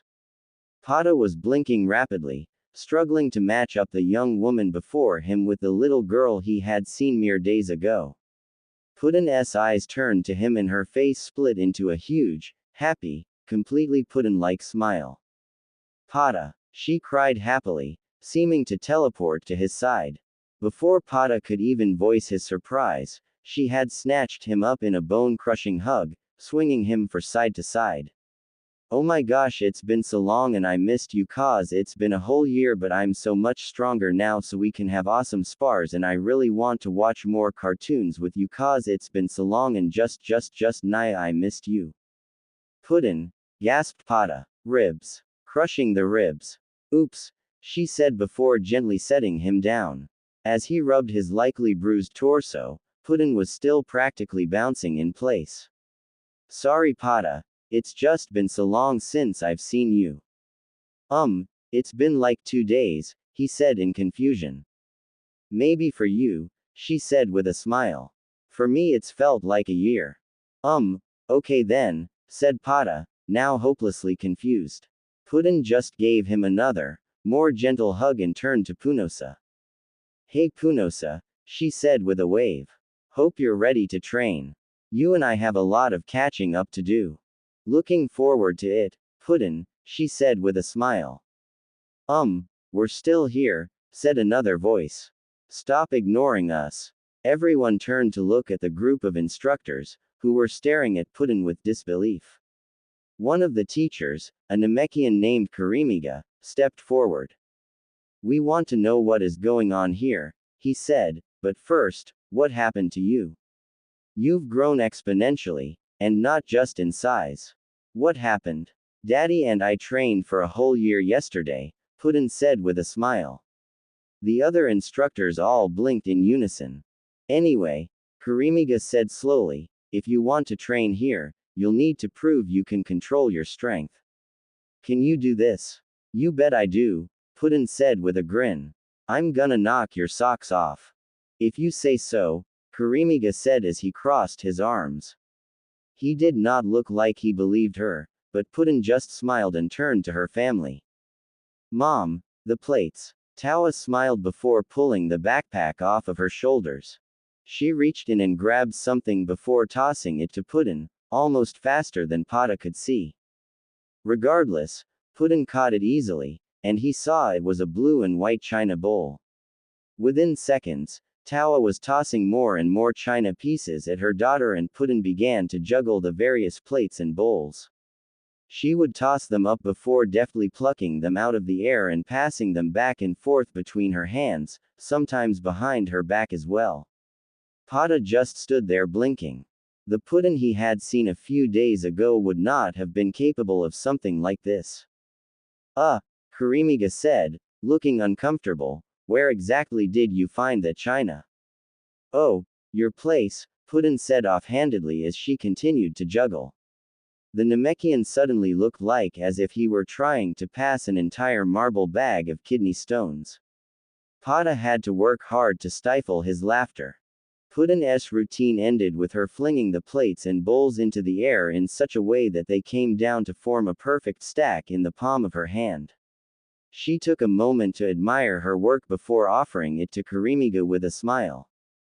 Impressed? She asked. Karimiga just silently took the china from her, his stunned expression mirroring those of the other instructors. The silence was broken by the sound of a slow clap. Very well done, Puddin, a female voice said. Everyone turned to face the new arrival, and the sight of who it was made Pada and all of the instructors snap to attention. Supreme Kai of Time, they all said at once, bowing in respect. Karimiga just barely managed to keep the china from spilling out of his hands. Sup, Chronoa, Dumplin said with a half nod, drawing a few glares from the instructors. Chronoa just shook her head and gave him a look. Hello Dumplin. I suppose that there's no real point in asking if Puddin's spontaneous growth spurt is at all connected to where you've been the last 24 hours. You could say that, Dumplin answered with a smile. And where have you been? Are you sure you want to know the answer? Chronoa shot him a small glare. I don't usually ask questions I don't want to know the answers to. This is one of those questions, Dumplin said. Trust me on this. After a few moments of glaring at Dumplin, Chronoa seemed to decide that she wouldn't get anything out of him. She turned to Puddin and smiled. Good to see you back, Puddin, she said with a smile. I was on my way over to sort out this little disagreement, but I see you have everything well in hand. She sent a powerful look at the instructors, who were each looking a shade paler. Punosa couldn't stop grinning. I think we're all reasonably impressed with Puddin's abilities, correct? Yes, they all said. And there is no problem with her continuing her training to join the Time Patrol, correct? Correct, they all said, looking like Christmas and Halloween had just been cancelled. Pada smirked. In that case, Chronoa said with a smile, I see no problems here. Puddin will be given a spot in the training roster and she'll start her academy lessons when the winter holiday is over. Naya, cheered Puddin, hopping with joy. Dumplin was smiling proudly while Tao's smile, though smaller, was still present. Punosa looked absolutely smug as the other instructors slunk off in dejected silence. That is, until they all heard the sound of breaking china, swiftly followed by Karimiga's cry of anguish. So, Punosa said, ready to get started. I need to test you again to figure out where you stand. In a little bit, Puddin said. First, Pada's taking me to get ice cream. I am, he asked. You are, she said. Okay, he said with a grin. They said their farewells to the others and went on their way. So, Pada began, how did you really get as big as you are now? To be honest, I'm kinda missing the cute little goo girl who was running around the city a few days ago. Puddin smiled. Well, as a girl gets older, she'll start to see some dramatic changes in her body. These can include. Stop. Never mind. I get it, Pada said, waving his arms as if to brush away her words. Puddin laughed. Pada found himself laughing too. It was good to have her home.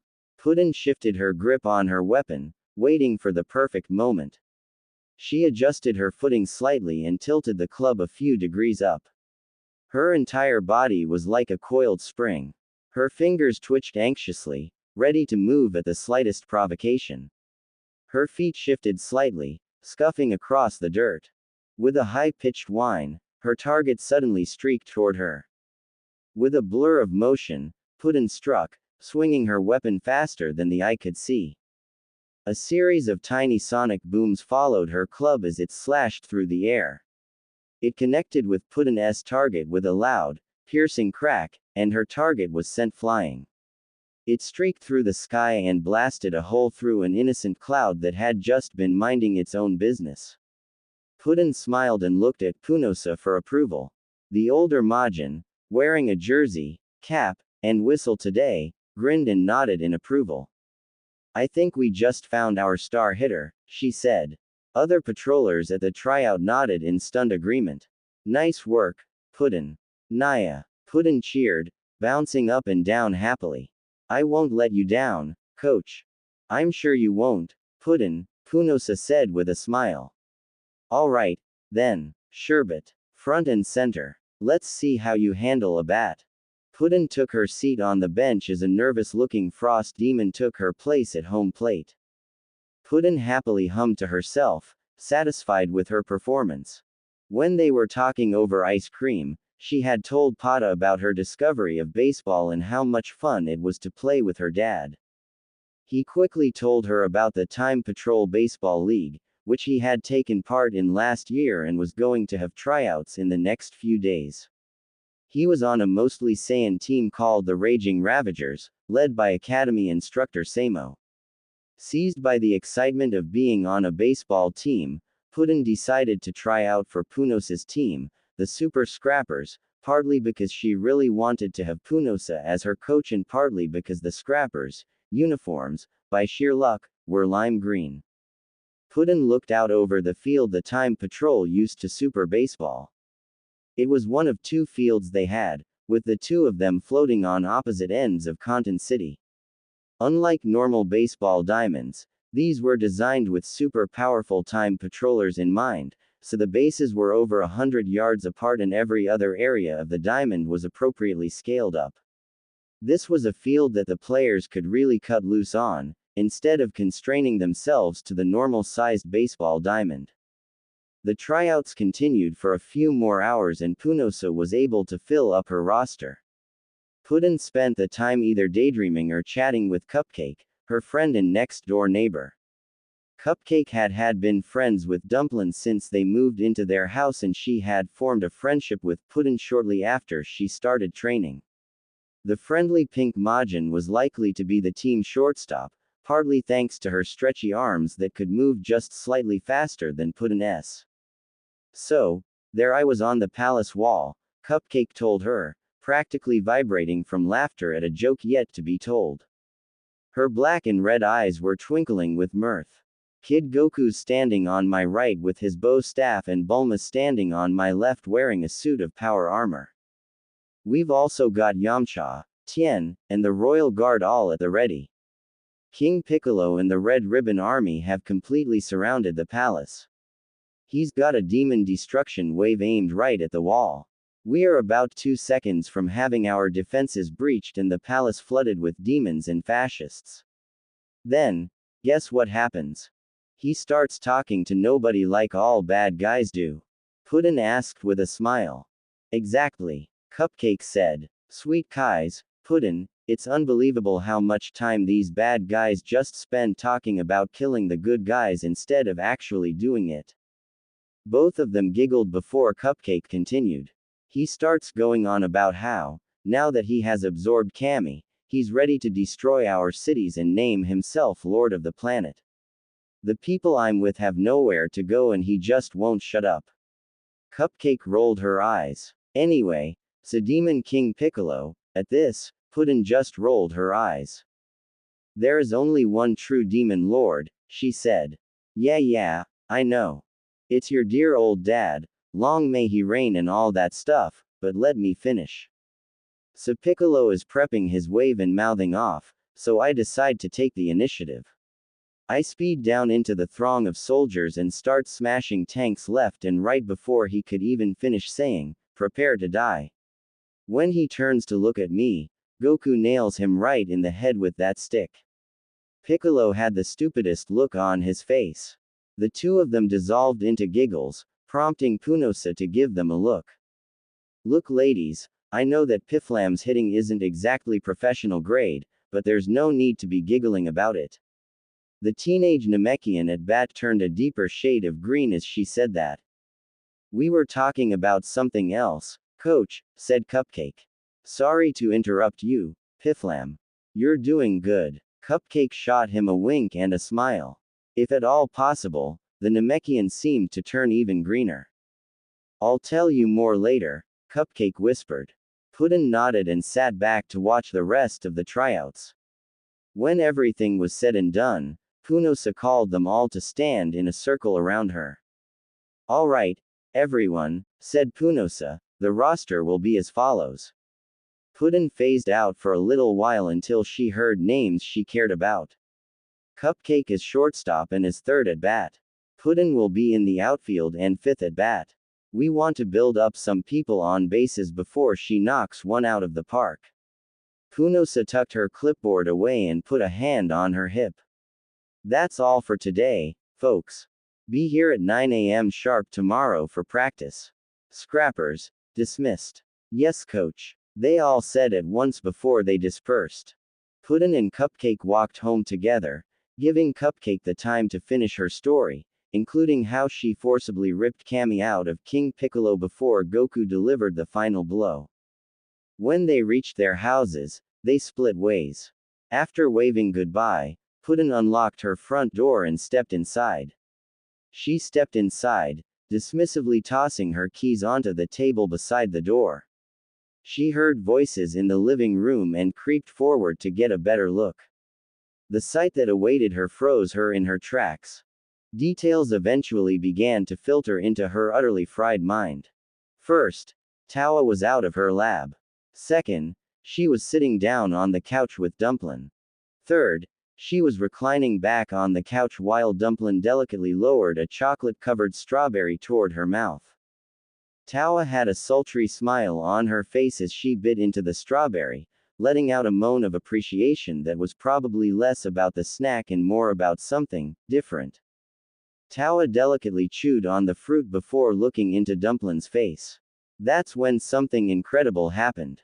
It happened for only a second, but Puddin was sure she had seen it. The next instant, Tawa noticed Puddin standing in the hallway, and her face shifted back to a neutral mask. Dumplin followed her gaze and he smiled happily at Puddin. Sweetheart, welcome home. How were the tryouts? Pretty good, Puddin managed to answer, mentally stumbling for a moment. I made the team. Wahoo! Her father cheered, making Puddin smile. Congratulations, sweetheart. Thanks, Daddy. Anyway, I'm playing outfield and Punosa is already saying I might be the star hitter. We'll just have to see how I do in practice. Nice work, Puddin. Dumplin got up from the couch and gave her a tight hug. I'm so proud of you. How about I order some pizza tonight? What do you want? Oh, one meat lovers, one with extra cheese, and one with French fries and Oreos. Got it, he said, moving toward the phone. What do you want, babe? Dumplin and Puddin both turned toward Tawa, who just looked at them without an expression. After a long moment, she stood up with a stretch. I should go back to my experiments. Leave out a pepperoni, Dumplin. I'll eat it when I'm done.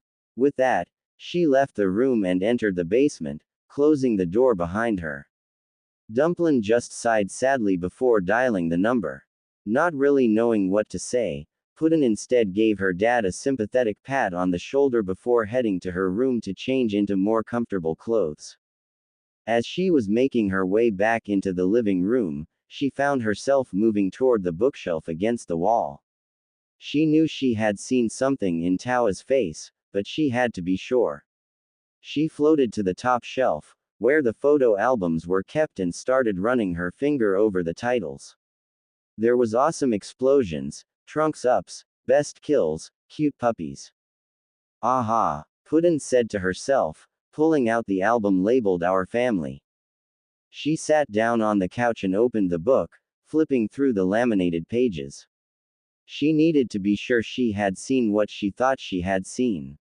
She skipped over pictures of the old Toki Toki city gardens decorated for the wedding, the pictures of the food layouts and floral arrangements, and pictures of all the deities who had come to celebrate. Finally, she reached the picture she was looking for and stared long and hard at it. She remembered from when Dumplin had first showed it to her. It was presumably just after Dumplin and Tawa had said their "Idos" and kissed, as they were making their way down the aisle while many confused time patrollers were applauding them. Dumplin was wearing a Technicolor tuxedo while Tawa wore a black wedding dress that was much slinkier than a wedding dress probably had a right to be. Though they were making their way down the aisle, they still had their eyes locked on one another. Puddin was mostly focusing her attention on Tawa's face. The demon scientist was sporting a wide, genuine, overjoyed smile as she looked into Dumplin's eyes. There was no hint of the evil genius she had been when she and Dumplin had first met. This was the smile of someone who was truly happy at the idea of spending their life with someone they loved. It was the smile that Puddin had seen when she had walked in on Tawa and Dumplin together. Puddin flipped further into the book, past the pictures of the couple relaxing on picnics and doing sciencey things together down in the labs, and a handful of times when Tawa went on a mission with Dumplin. They looked so happy together. I don't understand, Puddin whispered to herself. What changed, guys? When she got to pictures that included herself, the change became apparent. Whenever Puddin was in a picture, Dumplin would have the biggest smile on his face while Tawa just had a blank mask, if she was even in the pictures at all. She was only in a handful of pictures when Puddin was still a blob, and she had practically disappeared once Puddin became humanoid. There were still smiles from Tawa, but only in pictures without Puddin in them, like when she and Dumplin went out on date night. Outside of pictures, Puddin had never seen Tawa give a smile like that one she had today. As Puddin flipped back to the wedding photo and looked at her parents' happy faces, she felt a cold weight settle in her stomach. Her parents hardly ever acted like that anymore. Even after the trip in the time chamber, it was only a matter of days before Tawa was back in the habit of spending her days locked in her laboratory. Over her entire existence, Puddin could still use her fingers and toes to count the number of times Tawa had willingly taken time so the three of them could be together. An idea came to her and she felt a pain in her chest. Puddin felt tears in the corners of her eyes. Is it me? Did I ruin everything? Want to watch a movie, Puddin? Dumplin asked from the kitchen. Cue something up on Space Netflix and we can have a little dinner party. Puddin hurriedly pawed at her eyes and replaced the photo album. Alright, Dad, she said, trying to keep her voice from trembling. How about something with mindless explosions? The bigger the better, he said. Look for something made from Bikal May. Got it, Puddin said as she turned on the TV and looked through the options. She eventually settled on one of the more brainless Transmorphers movies and tried to enjoy herself, but the thoughts from earlier still pressed down on her. She just silently sat on the couch and hugged her knees to her chest.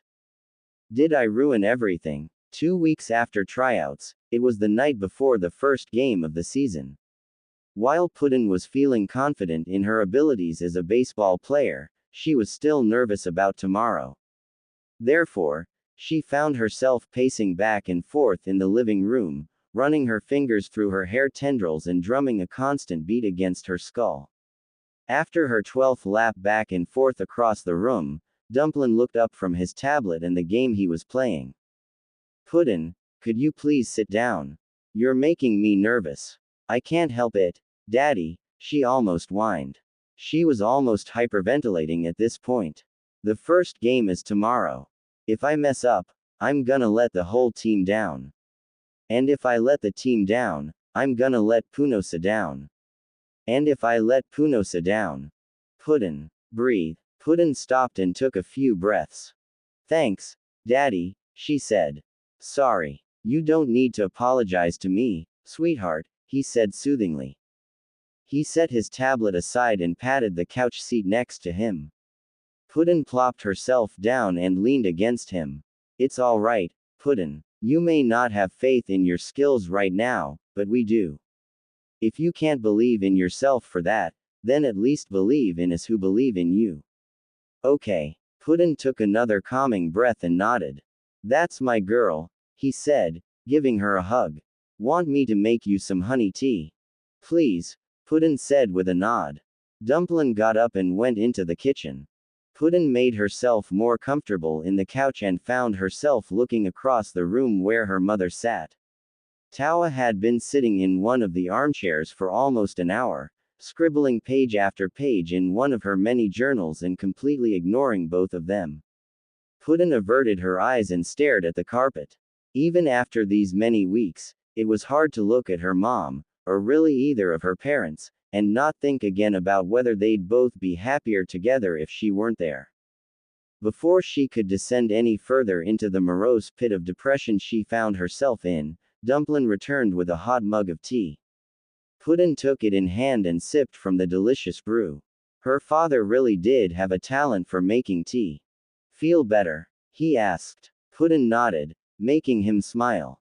Well then, he said with a clap of his hands, what do you want to do tonight? Watch a movie, read a book, play some video games. Video games sounds good, Puddin said with a smile. We can do Silver Eye, but no more Oddjob. But he's the best. And you're just upset I beat you that one time, Dumplin mock complained. Because he's shorter than the crosshairs. Anyone who plays Oddjob is a cheater. Alright, I won't play Oddjob, Dumplin said with a smile. He got up from the couch to move to the TV as Puddin took a sip from her mug. Before he could turn on the game system, however, his communicator beeped from where it was charging on the counter. Letting out a hiss through his teeth that sounded like a muffled curse word, Dumplin walked to the communicator and answered it. What? He snapped. He waited for a few moments before his expression went slack.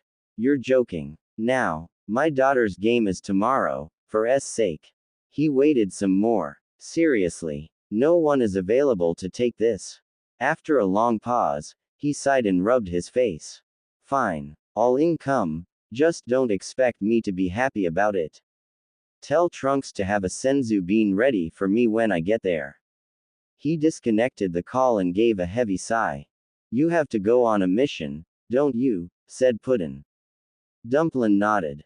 Frieza and his forces found out how to grow the Tree of Might, so now I need to go fight a goddamn war while Trunks just s around and claims to be helping. He sighed again. I should be back in about 3 days. Puddin felt her heart sink, and Dumplin could probably tell, based on his expression. I am so sorry, sweetheart. I'll be back as soon as I can, but I can't make the game. Puddin nodded and forced a smile on her face. It's okay, Daddy. There will be other games. It's fine. Go save the world. Dumplin gave her a sorrowful look before giving a reluctant nod. He stepped forward and gave her a tight, loving hug. I love you, sweetheart, he said quietly. I'll be back as soon as I can. I know, she said. I love you too, Daddy. When their hug ended, Dumplin walked over where Tawa was sitting and gently rubbed her shoulder, snapping her back to reality. I've got to go on a mission, babe. Should be back in a couple of days. Alright, Tawa said, giving him a kiss. Take care of yourself and make sure you have some fun. That actually made Dumplin snort out a laugh. Fat chance, he said. These baby villains hardly ever give me a chance to have fun and cut loose. He shook his head and sighed. Then he leaned closer to Tawa and whispered into her ear. It was quiet, but Puddin could still make it out. Babe, do you think you could go see Puddin's game tomorrow? I know it would mean a lot to her. Tawa tapped her pencil against the page of the journal a few times. If I'm not too busy, she said. Dumplin nodded after a pause. All right, I love you, he said. Love you too, dear, said Tawa. Love you, Daddy, said Puddin. With a final wave, Dumplin walked out the door. Immediately, Tawa was engrossed in her journal and the house once again became silent. Feeling like her heart was made of lead, Puddin stood and went to her room. She would need her rest for tomorrow. As she lay on her bed and held her plush dragon close, she willed herself not to cry. It's okay, she whispered to herself. There will be more games. Dad can go see those ones. Besides, Mom said she's coming tomorrow. She'll see my game, and then we'll get to spend time together. Things will be good. They'll be fine. If you believe that, said a little voice in the back of her head, then you deserve the disappointment coming to you. Puddin squeezed the dragon tighter and tried to get some sleep. By the time it was finally Puddin's turn to be at bat, she was itching for the chance to channel some annoyance from what had been a very crappy day so far. It had started bad and stayed that way. She had been awake for most of the night due to nerves. She found out the milk was spoiled only after she had filled her cereal bowl, and of course her dear mother was nowhere to be found. She had spent 10 minutes knocking on the door to get her mother's attention and had waited at the house for her as long as she was able to before she had to rush off to meet her team. When she was finally at the field, she had to deal with a surprisingly large number of hecklers and opposing fans. Since baseball was the only sport that the Time Patrol had an official league for, team bias apparently ran strong, especially in the winter. As she and her teammates were warming up, they all had to deal with seemingly endless insults from the opposing team, the frenzied Falcons. The worst of them was the Earthling pitcher, who spent half of his time shouting insults and the other half demanding from the girls on the Super Scrappers, with his buddies laughing and egging him on the whole time. All of this served only to make the smoldering pit of anger in Puddin's gut burn even hotter as time went on. Not to mention the fact that her mother still hadn't come. Puddin had been looking over the crowd every few minutes since she had arrived. The stands were filling fast, but she could not find her mother. She had tried energy sensing, like Punosa had taught her, but couldn't pick up her mother's energy signature. She hadn't come. And then there was the crowd itself. What felt like hundreds of people were in the stands of the baseball field, watching the game with rapt attention.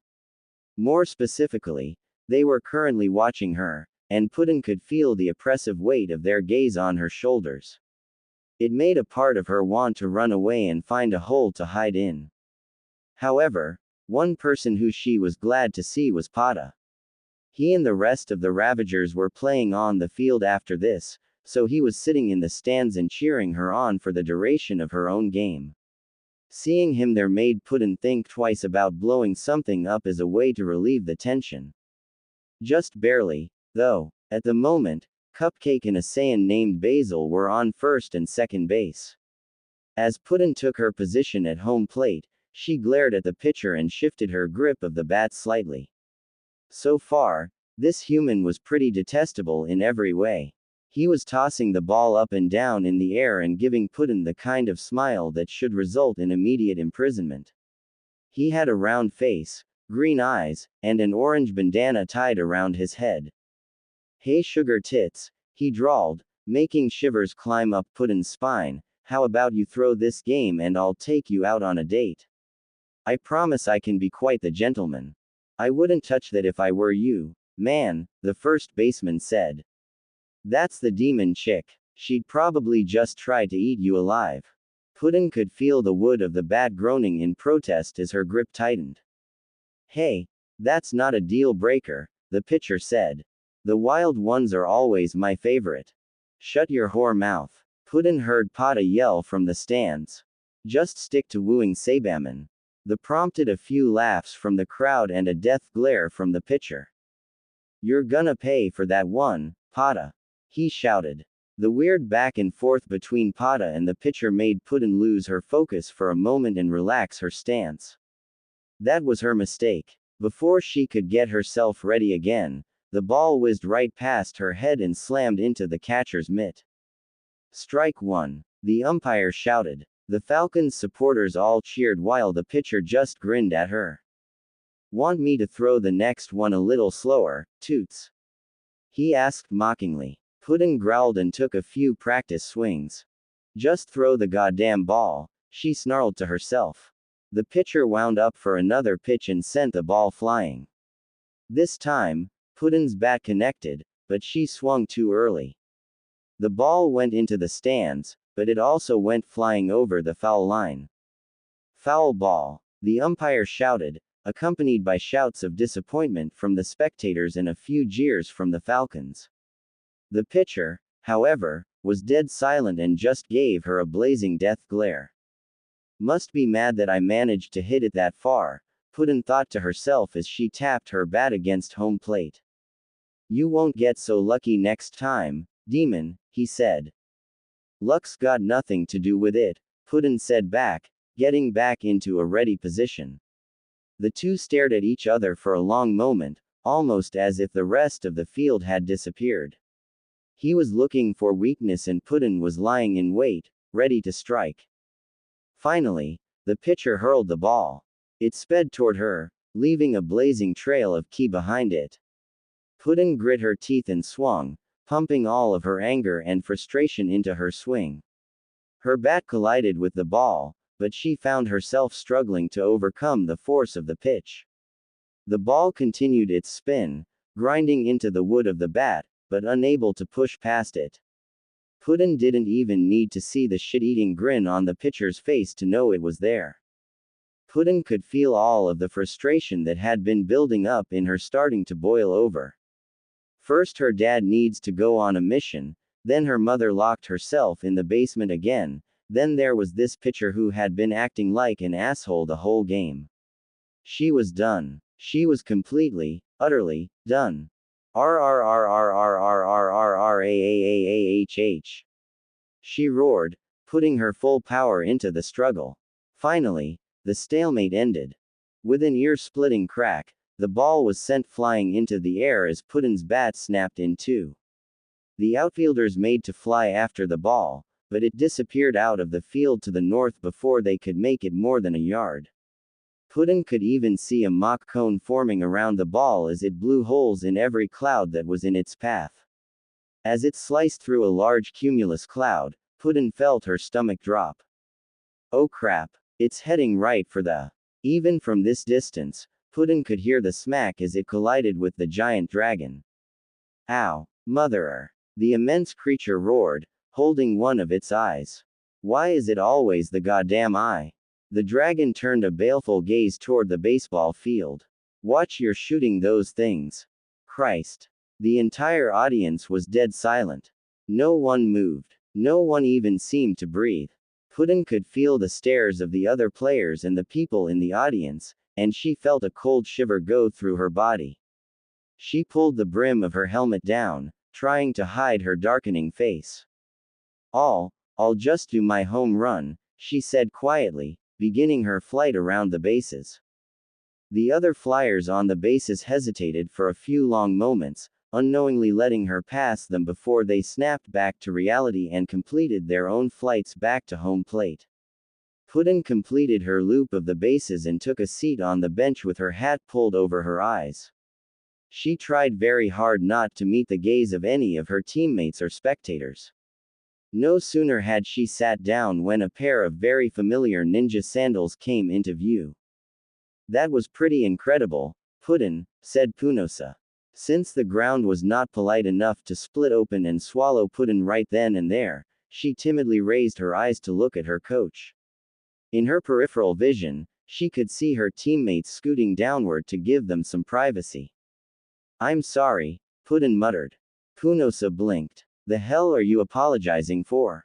She said. I was coming to ask if you can do that a few more times in this game. Really? Puddin said in surprise. Punosa smiled and put a comforting hand on her shoulder. Kiddo, your strength is unbelievable.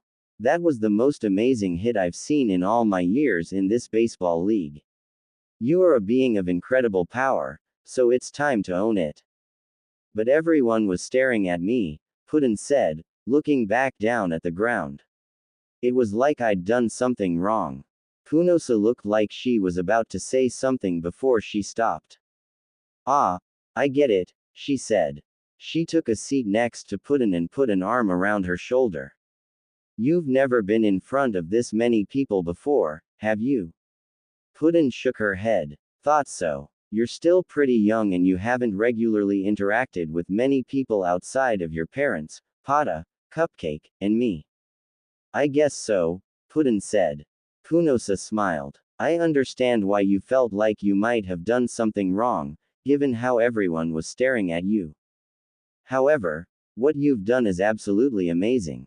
It's an incredible gift, so you shouldn't feel like you need to hide from it, okay? Puddin thought for a moment before she nodded. Punos's smile widened. Plus, I really want to use that swing of yours to stomp these losers into the ground. Puddin laughed and nodded in agreement. You good to go? Ready and willing, coach. That's my girl. Punosa gave Puddin a squeeze on her shoulder before standing up. Looks like we're switching up. Ready to go out and win this thing. Puddin smiled and grabbed her mitt. You bet. And so the innings passed in a similar manner. When the Scrappers were at bat, Puddin would hit home runs almost every time. When on the field, she bounced and flew all around to try and catch every ball that came her way. The most satisfying parts of the entire game would be when she would catch flying at the last moment before they would become home runs. One time in the third inning, she caught the ball hit by the pitcher. His face turned the funniest shade of beet red as she smiled and waved at him. In the end, the Super Scrappers won the game 15-4, a fantastic start as Punosa told them. As Pata went off to warm up with his own team, Puddin made her way home, promising to get changed and be back to watch his game. As she was leaving, however, she suddenly found her path blocked. The Falcons' pitcher stood in her path with two of his teammates standing a short way off. His eyes spoke of nothing less than the wish to destroy the object of their attention. In this case, it was Puddin. Something I can help you with? Puddin asked politely. Dumplin always told her to start out polite when addressing possible opponents. It confused them and put them off balance. You might have won the game, but I'm not done with you yet, he snarled. You ruined my home run, bitch. You have to answer for that.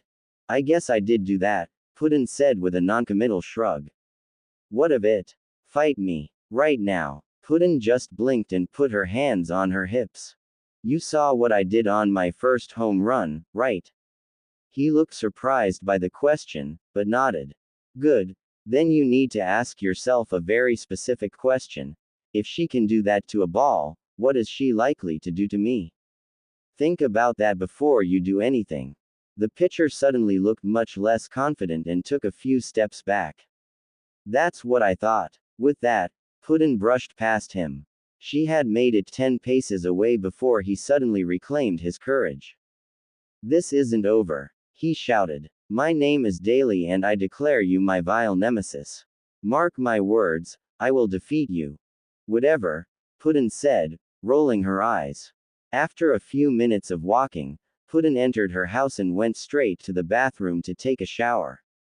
After scrubbing herself down, she put on a fuzzy set of clothes and moved to leave again, hoping she had some time before Pata's game to buy some peanuts, which she had heard were traditional baseball food.